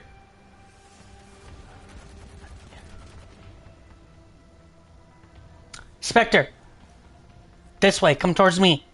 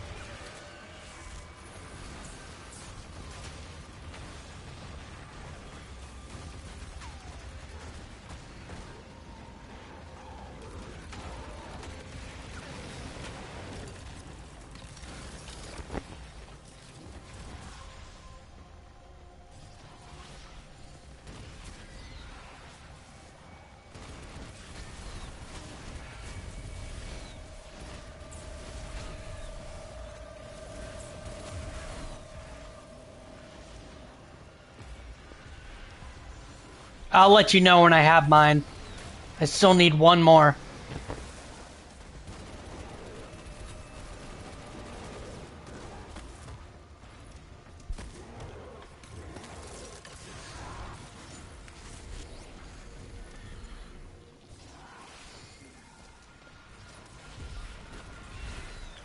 Alright. Drink. Alright, what else am I looking for? Darkness?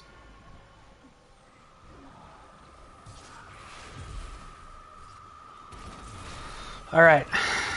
Let's see.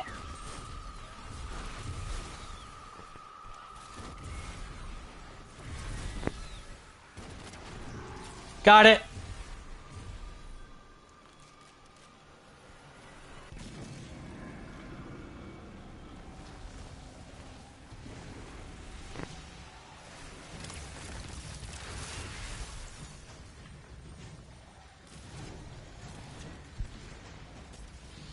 I should make a stasis build.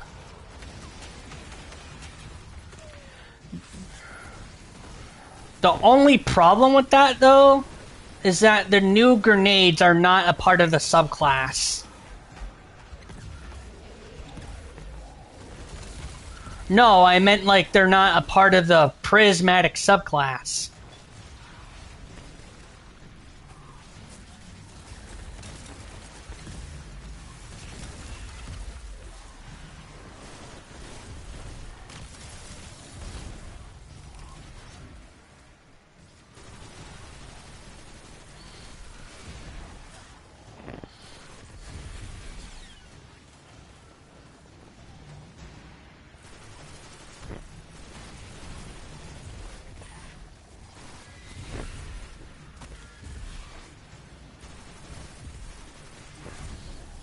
I still need one more.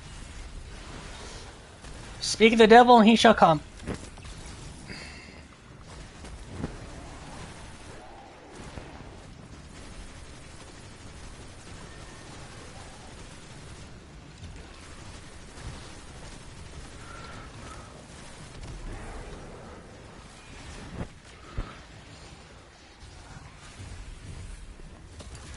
Alright, let me see. You are looking at...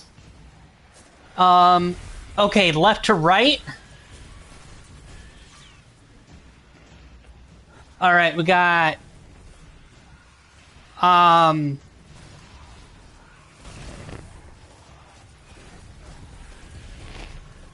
we got Witness.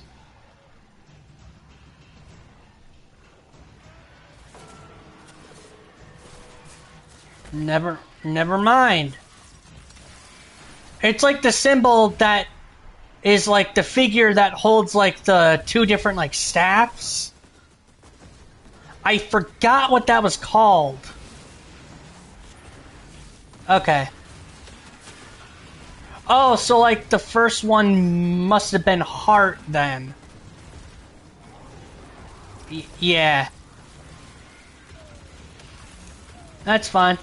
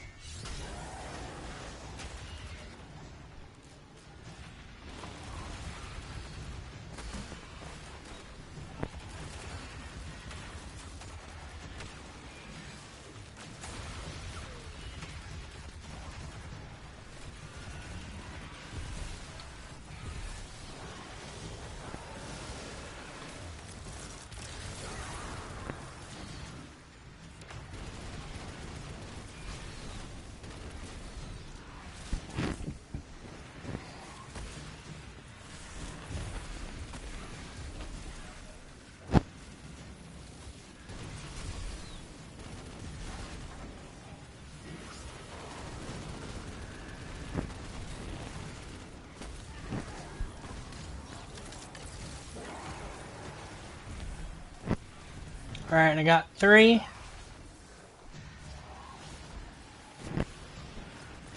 Alright, let's see. You're looking at love.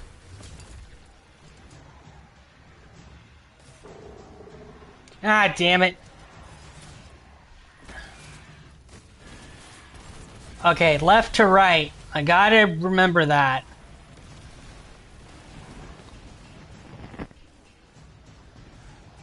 Yeah, I was.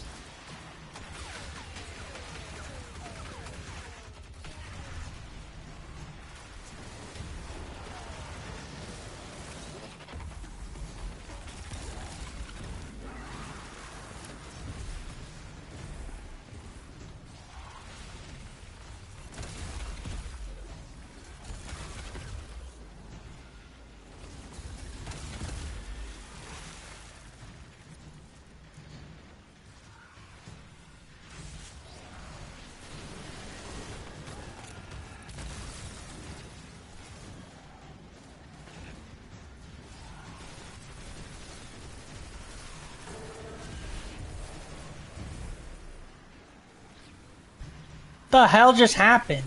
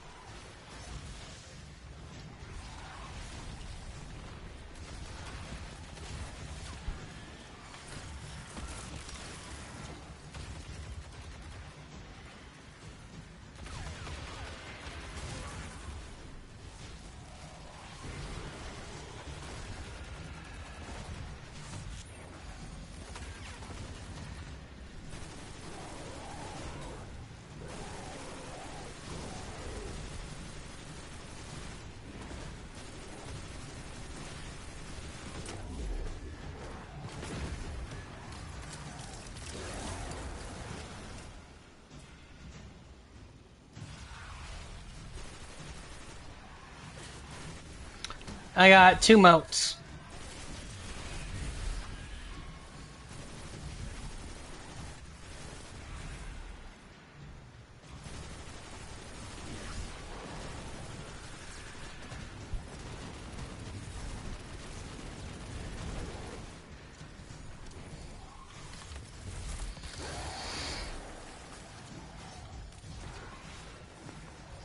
Alright, I got 3 motes.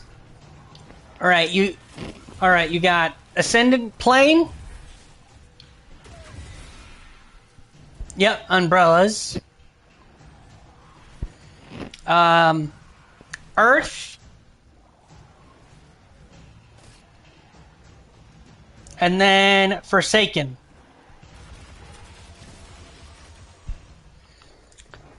Man, it's been a really long time since I've done this.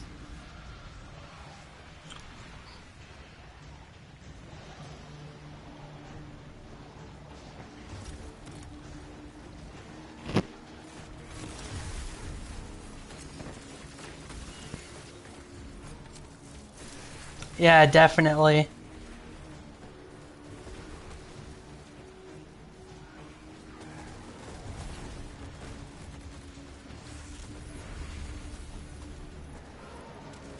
I still need to get the other 2 catalysts for that.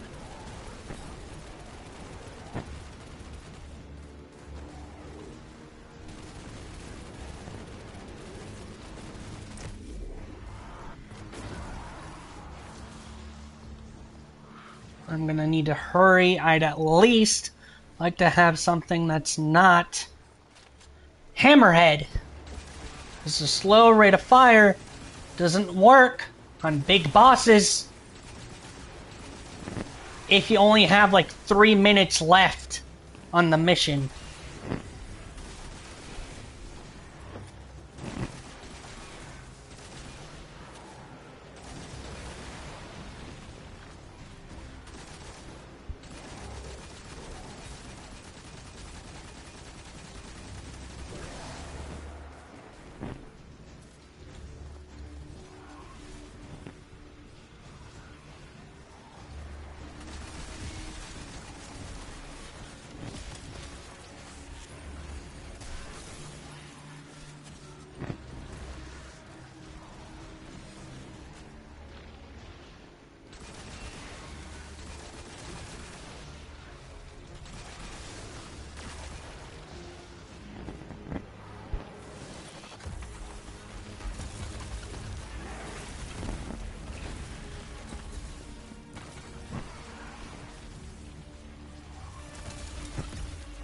I still need one more.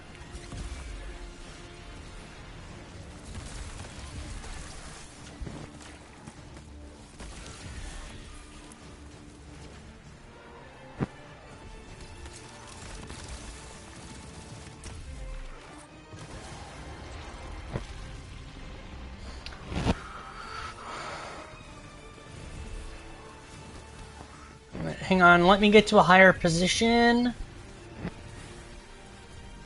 I can still...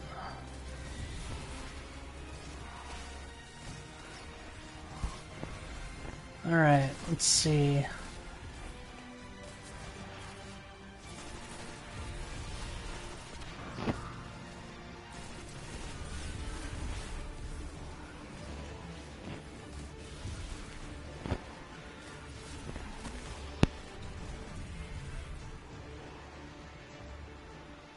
Wait, I haven't shot my second yet.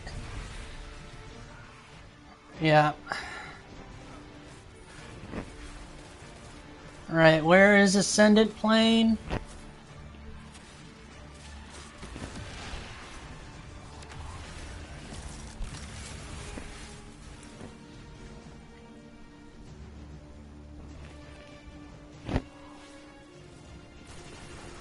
Alright, number 3.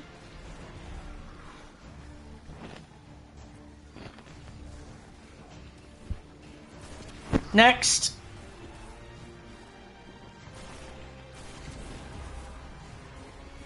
Come on. Where the fuck is it? No! No! We're out of time. Alright.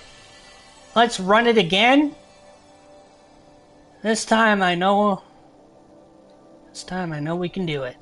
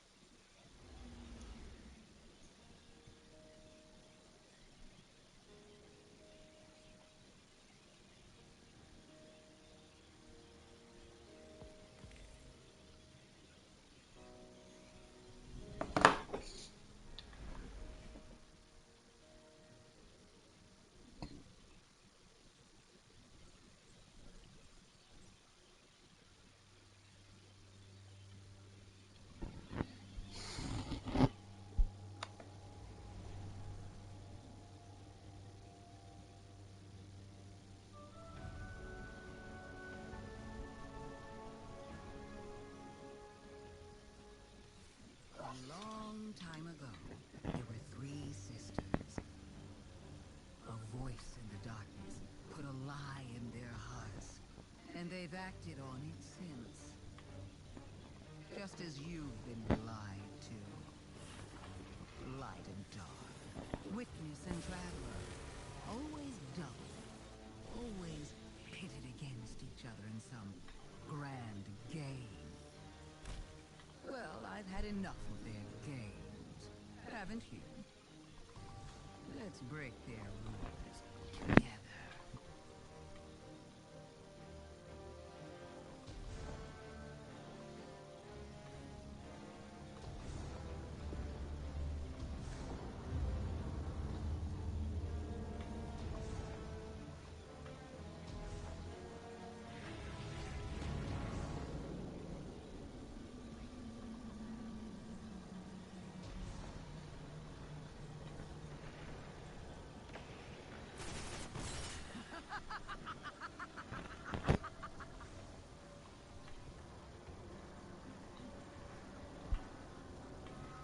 I found a crystal.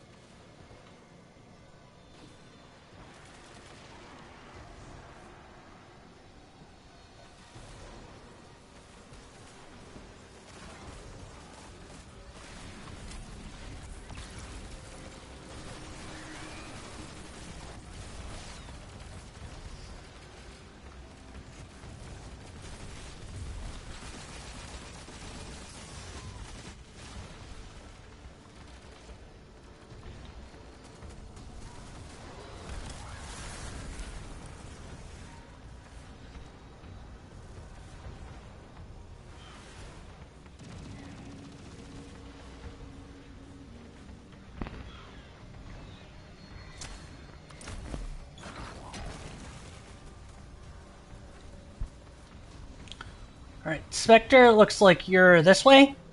Towards me.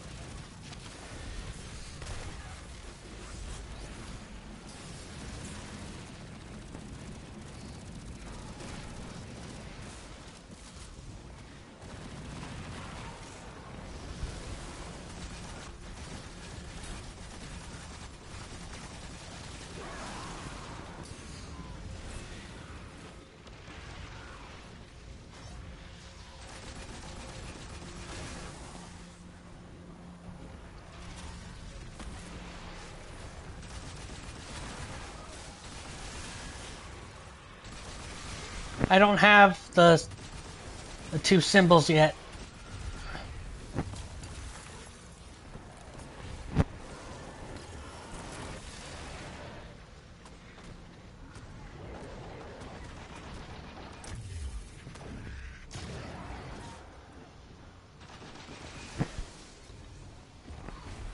Yes, I am ready.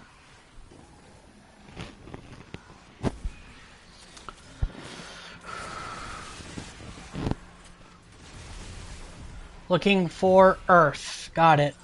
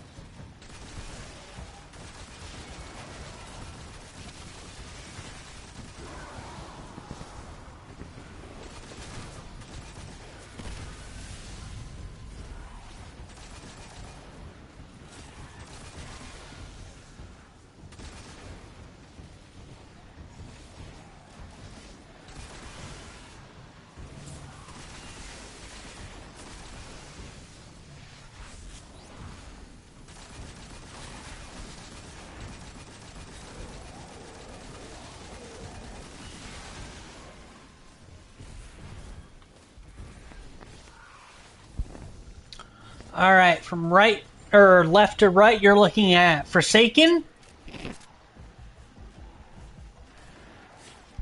Earth, Travel, or Tower. Sorry about that.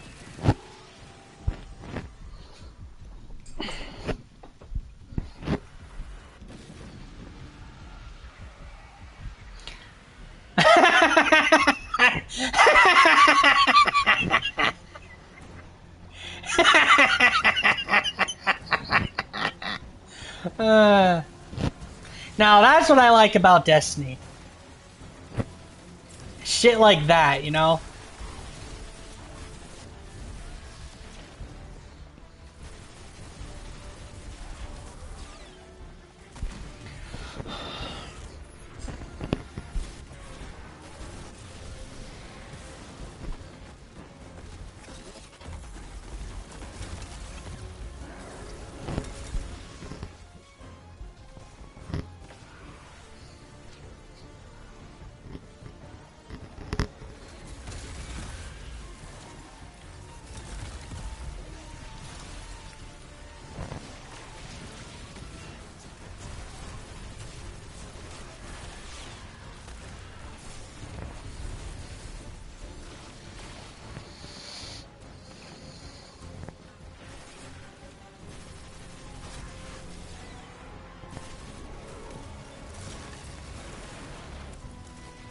I will say the new grenade really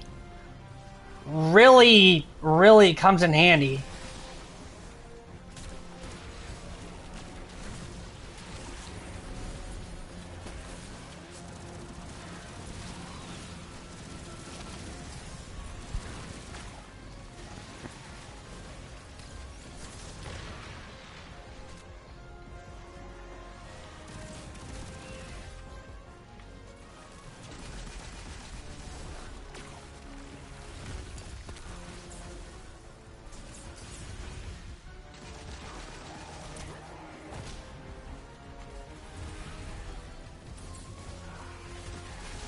Can you clear out some of the ads on my end? I'm getting a little flanked here.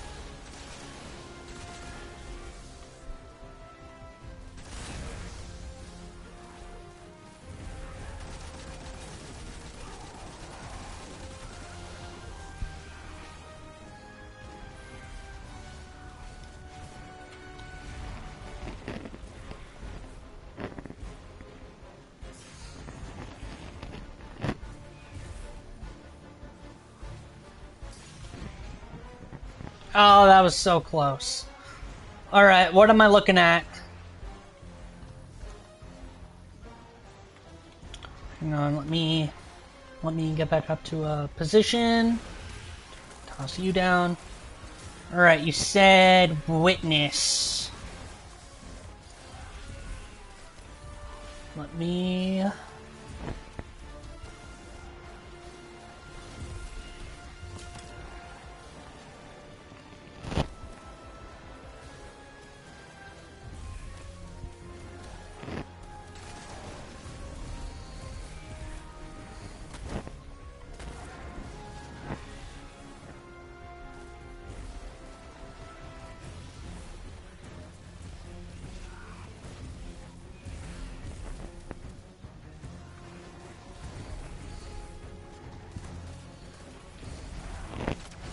Alright, next up is light, you said? Alright, let me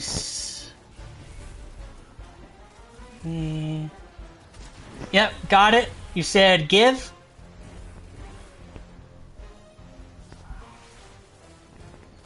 I'm trying to read the symbols as I'm looking at them.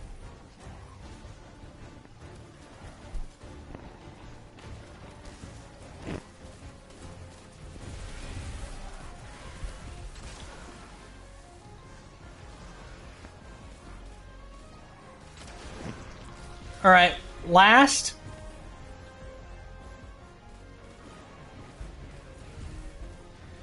Alright, Pink Floyd album. Wait, you sure that's not Love?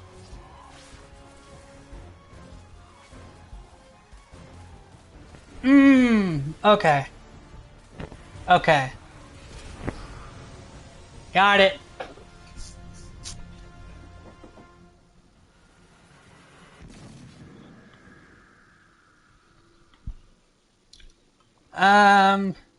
You can look it up when we're not on a timer.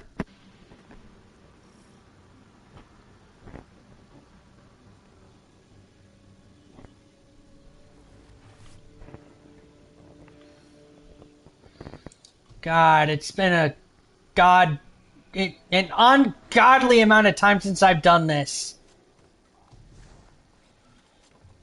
Now I have.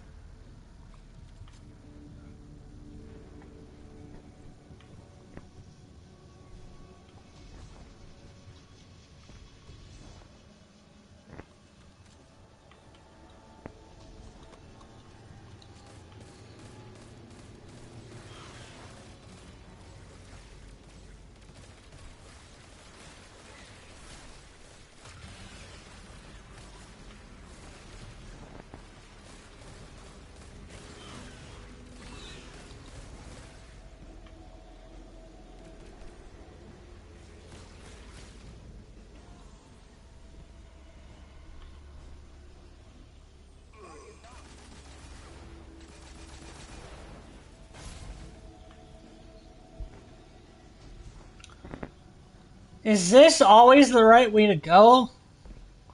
Oh shit! Yeah, I just realized we're gonna have to read a clock. Oh shit! I mean, how bad could it be?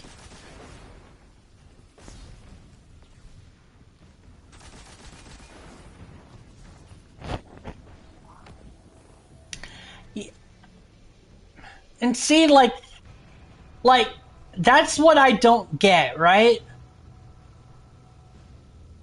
I I think there's a crystal in this area, but I could, or is it the next area after this?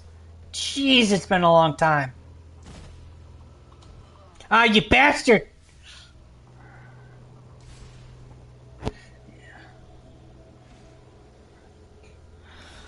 Yeah, I call it attempted murder. I'm up in like 4 seconds.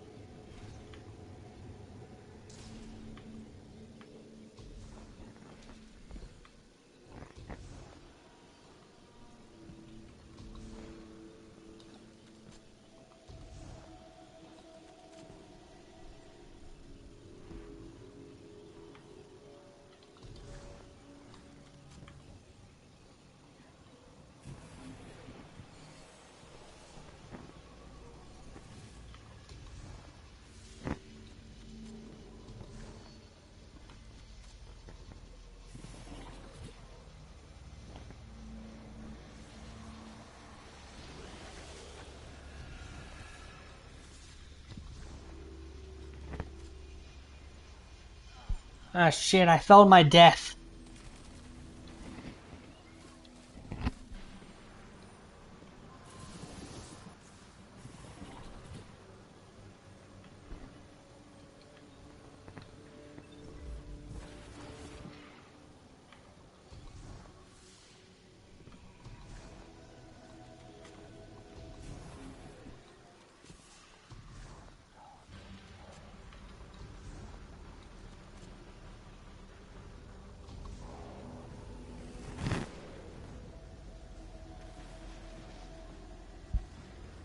Ah, damn it.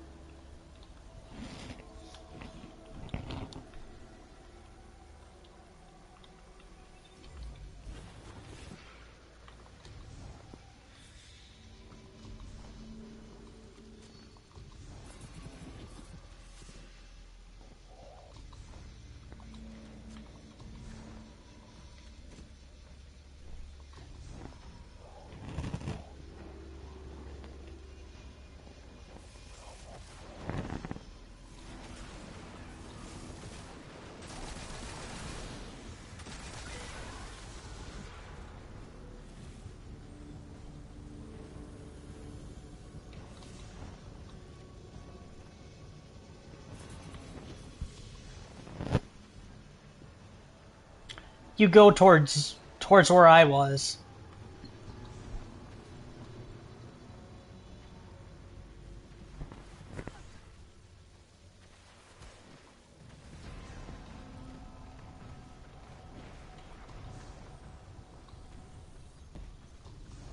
Ah, damn it.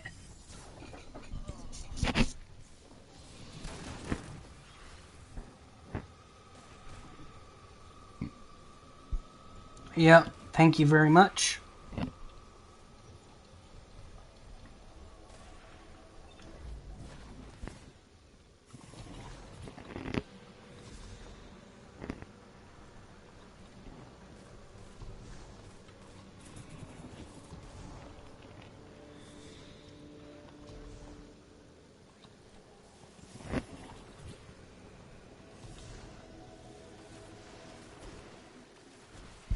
I have to go around.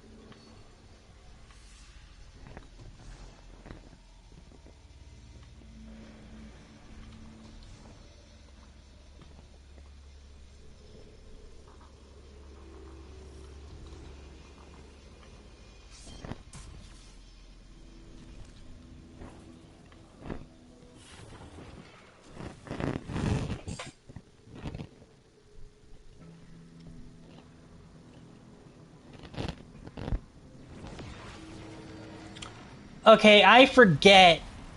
Is the one who kills the tormentor the one reading?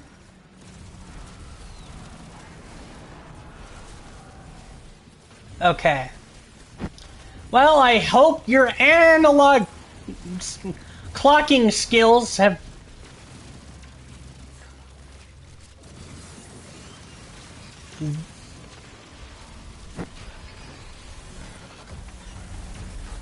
Let me kill big douchebag over here. Wait. Okay. Right. Well, he's not dead on my end.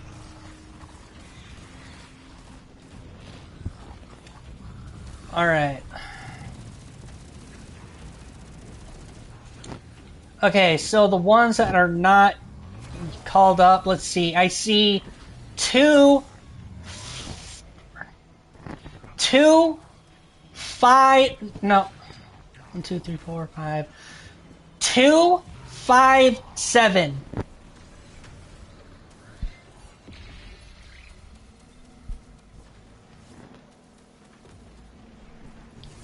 Oh wait, hang on.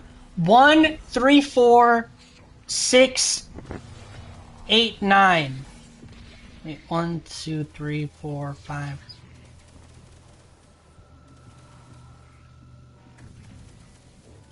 So is it 2? Hang on.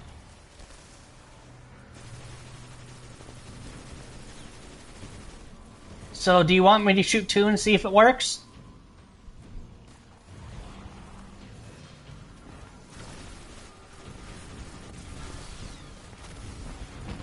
Let's see. 1, 3, 4, 6, 8, 9.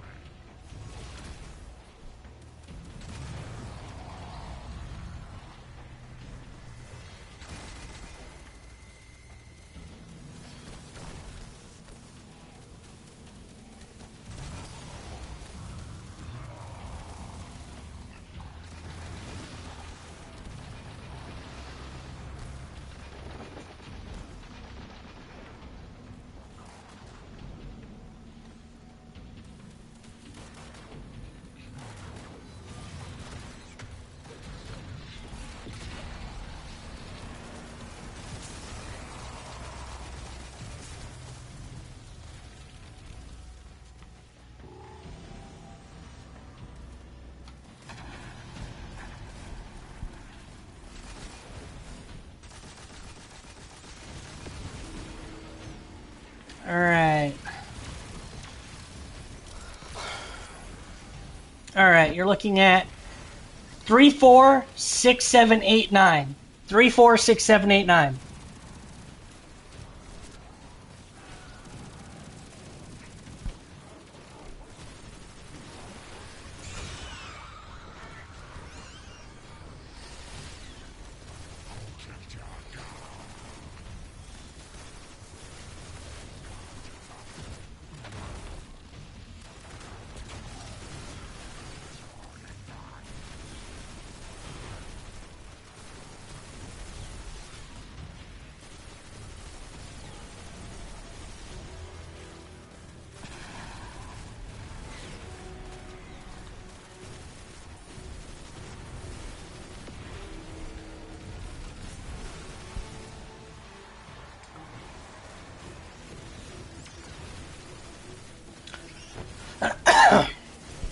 Alright.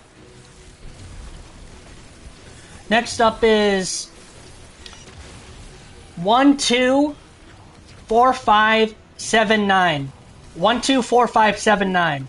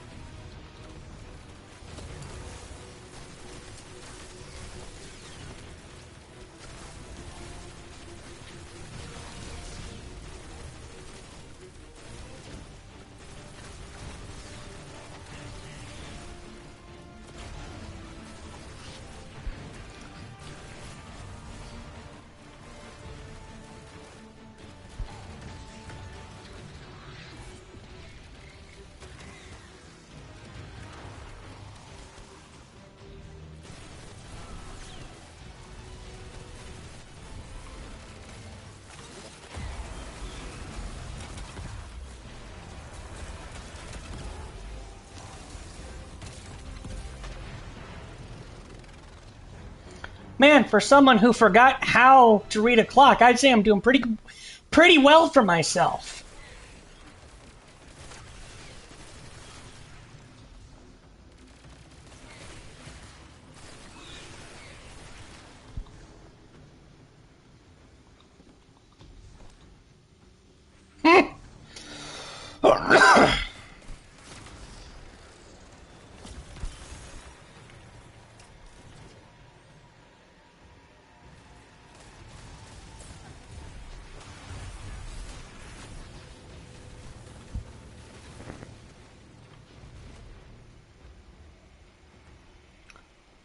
I think I remember getting stuck in the map at some point during this mission.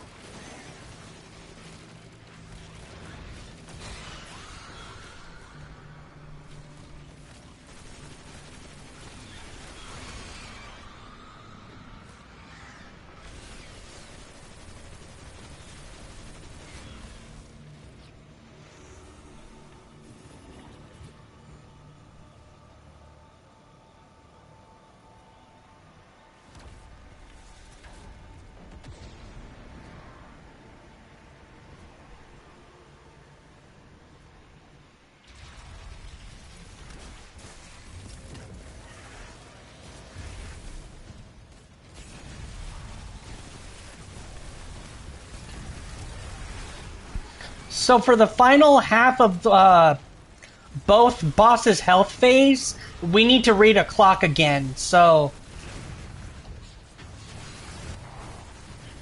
just be aware of that.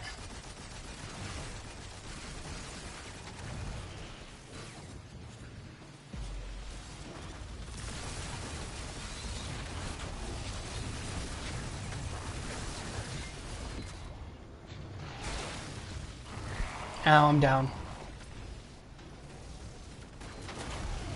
Nice.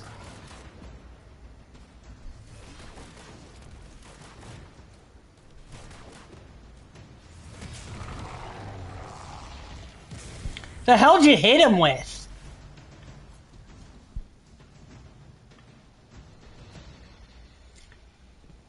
Yeah, didn't it get nerfed last patch?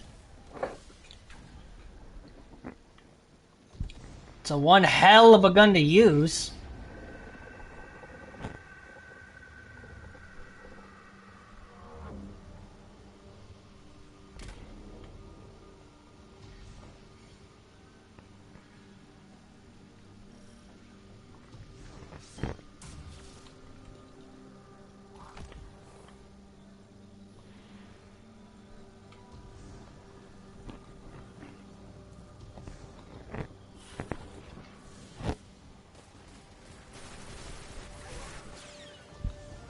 Alright, let's do this.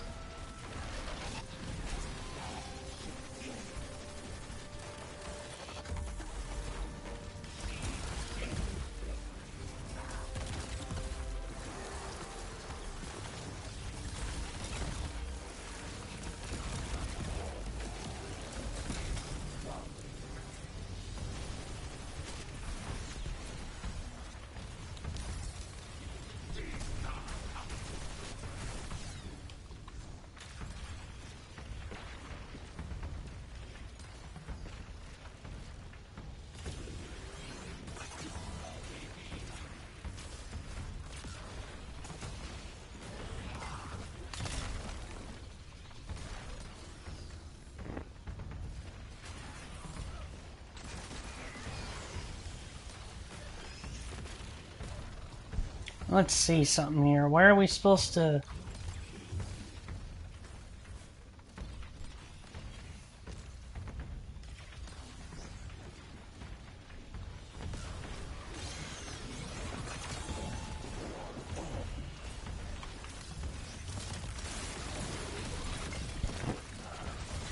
Light is on your end? Or where I'm at?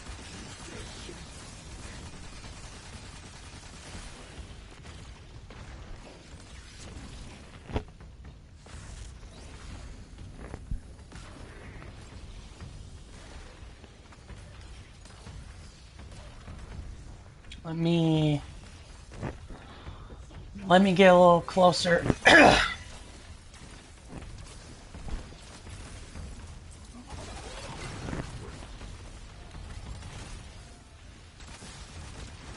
Next.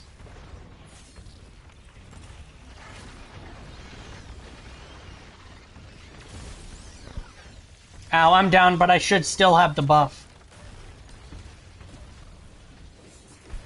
Said last one was tower.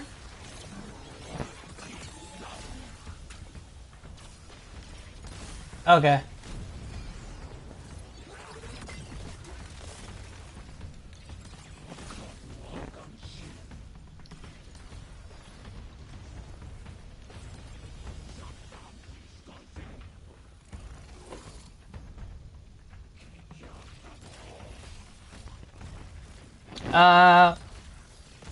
Just checking. I said tower, right?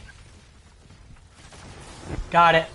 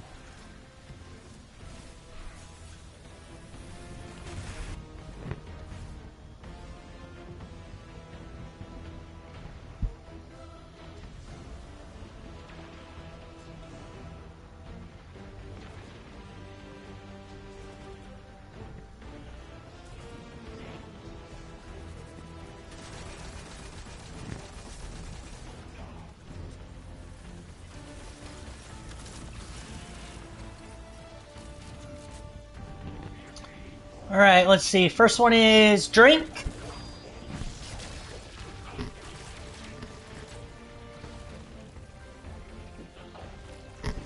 Witness.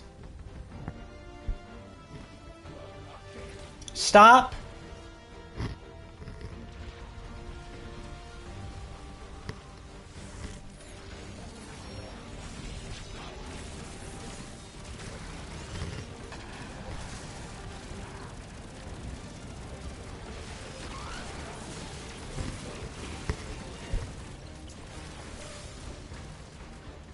There's just so much to love about this expansion.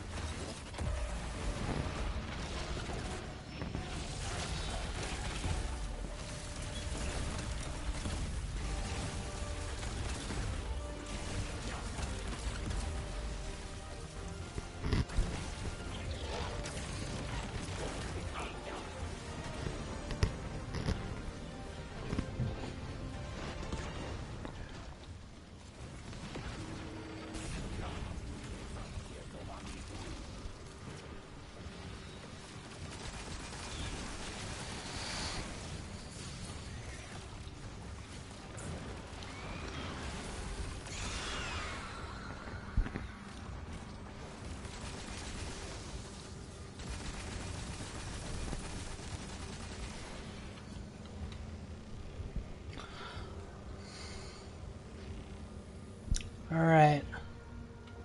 Let's see. 12, 4, 7, 9.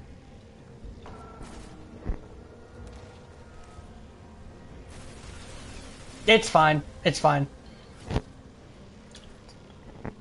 Alright. Alright. 11, 4, 8, 9, 11. Got it.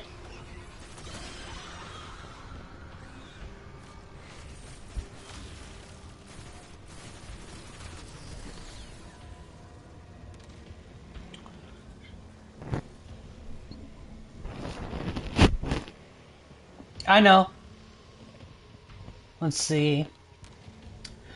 2, 6, 11, or no. 2, 6, 11, 12. Damn it! It's fine. Alright. 11, 4, 8, 10.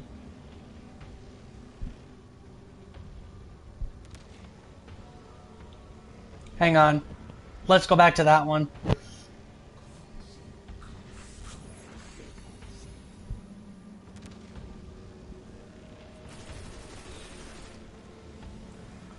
Let's see. 12, 1, 3, 5.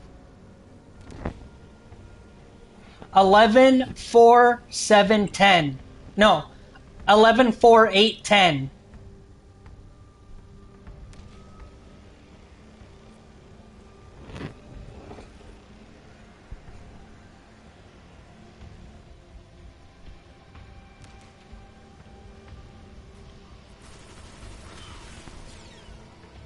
Yeah, I'm waiting. 11, 4, 8, 10. Shoot, what? 11, 4, 8, 10. Damn it! Okay. 2, 6, 7, 9.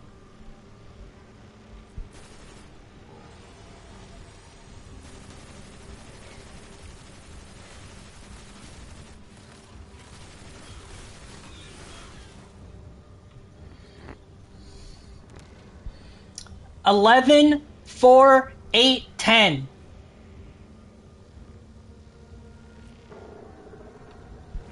Damn it! Okay. Someone is shooting when I'm... Let's see. 1, 2, 8...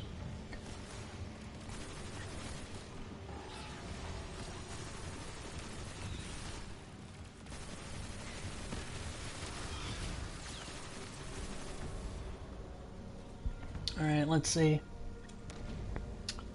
11-3-9. No, 11-3-8-9.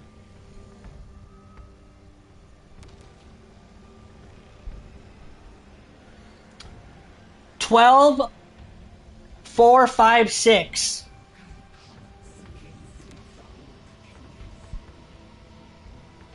11-3-8-9.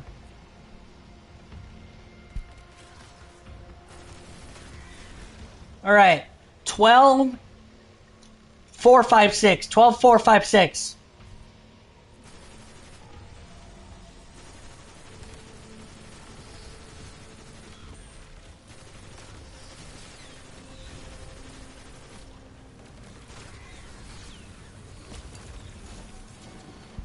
All right. 11-3-8-9.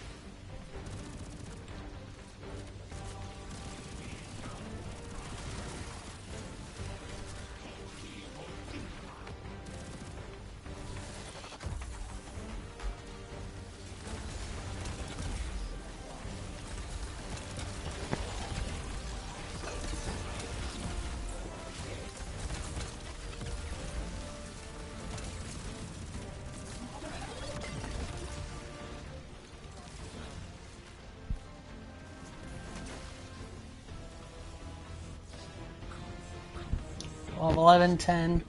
10 seconds.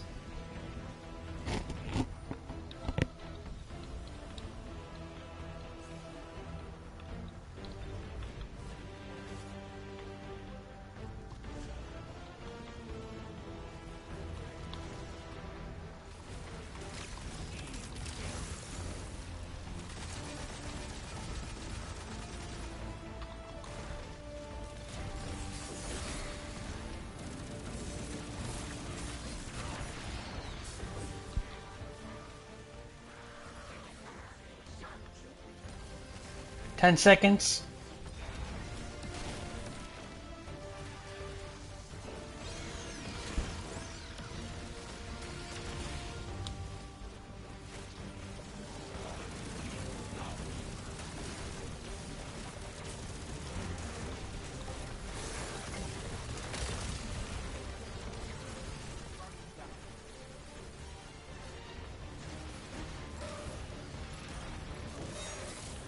Ow! Stupid husks!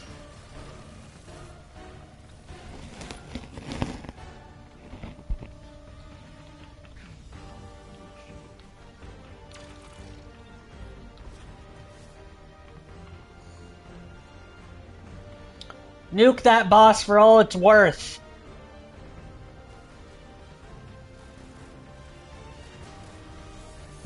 Nice, let's go.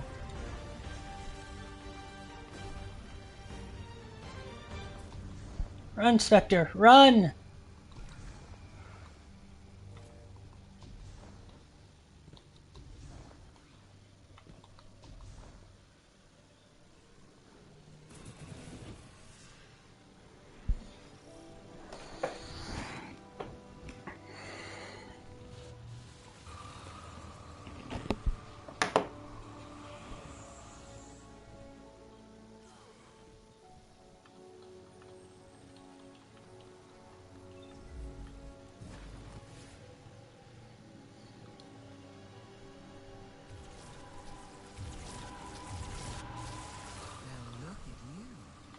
Trusting your own instincts, thinking for yourselves.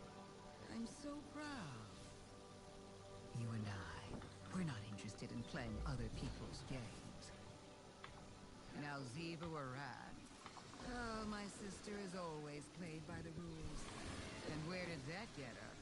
Nowhere good. There's no power in blindly following the whims of capricious, self-titled gods. Except yourself. Damn it, we didn't do it. Yeah, okay. I'm gonna set a timer then.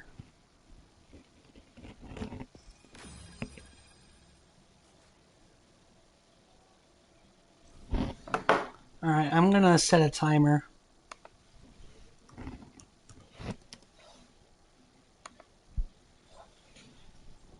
Yeah, okay.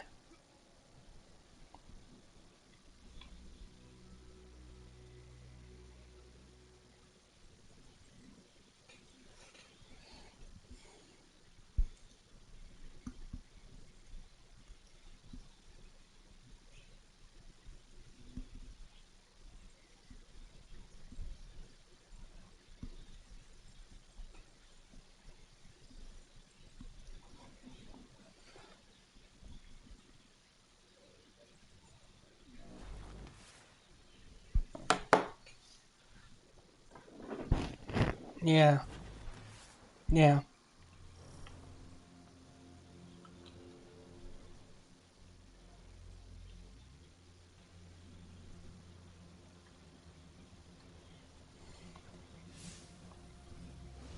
Tower?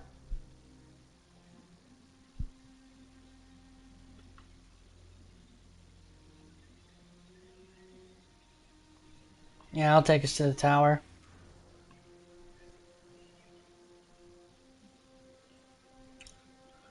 Yeah, later, man. Peace.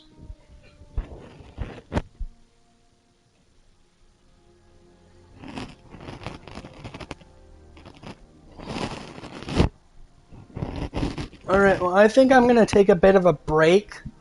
If you enjoyed this stream, then be sure to like, comment, and subscribe to my YouTube channel that this will be linked to. And I'll try to work around the title, make it make more sense. But in the meantime, have a good one. Peace out.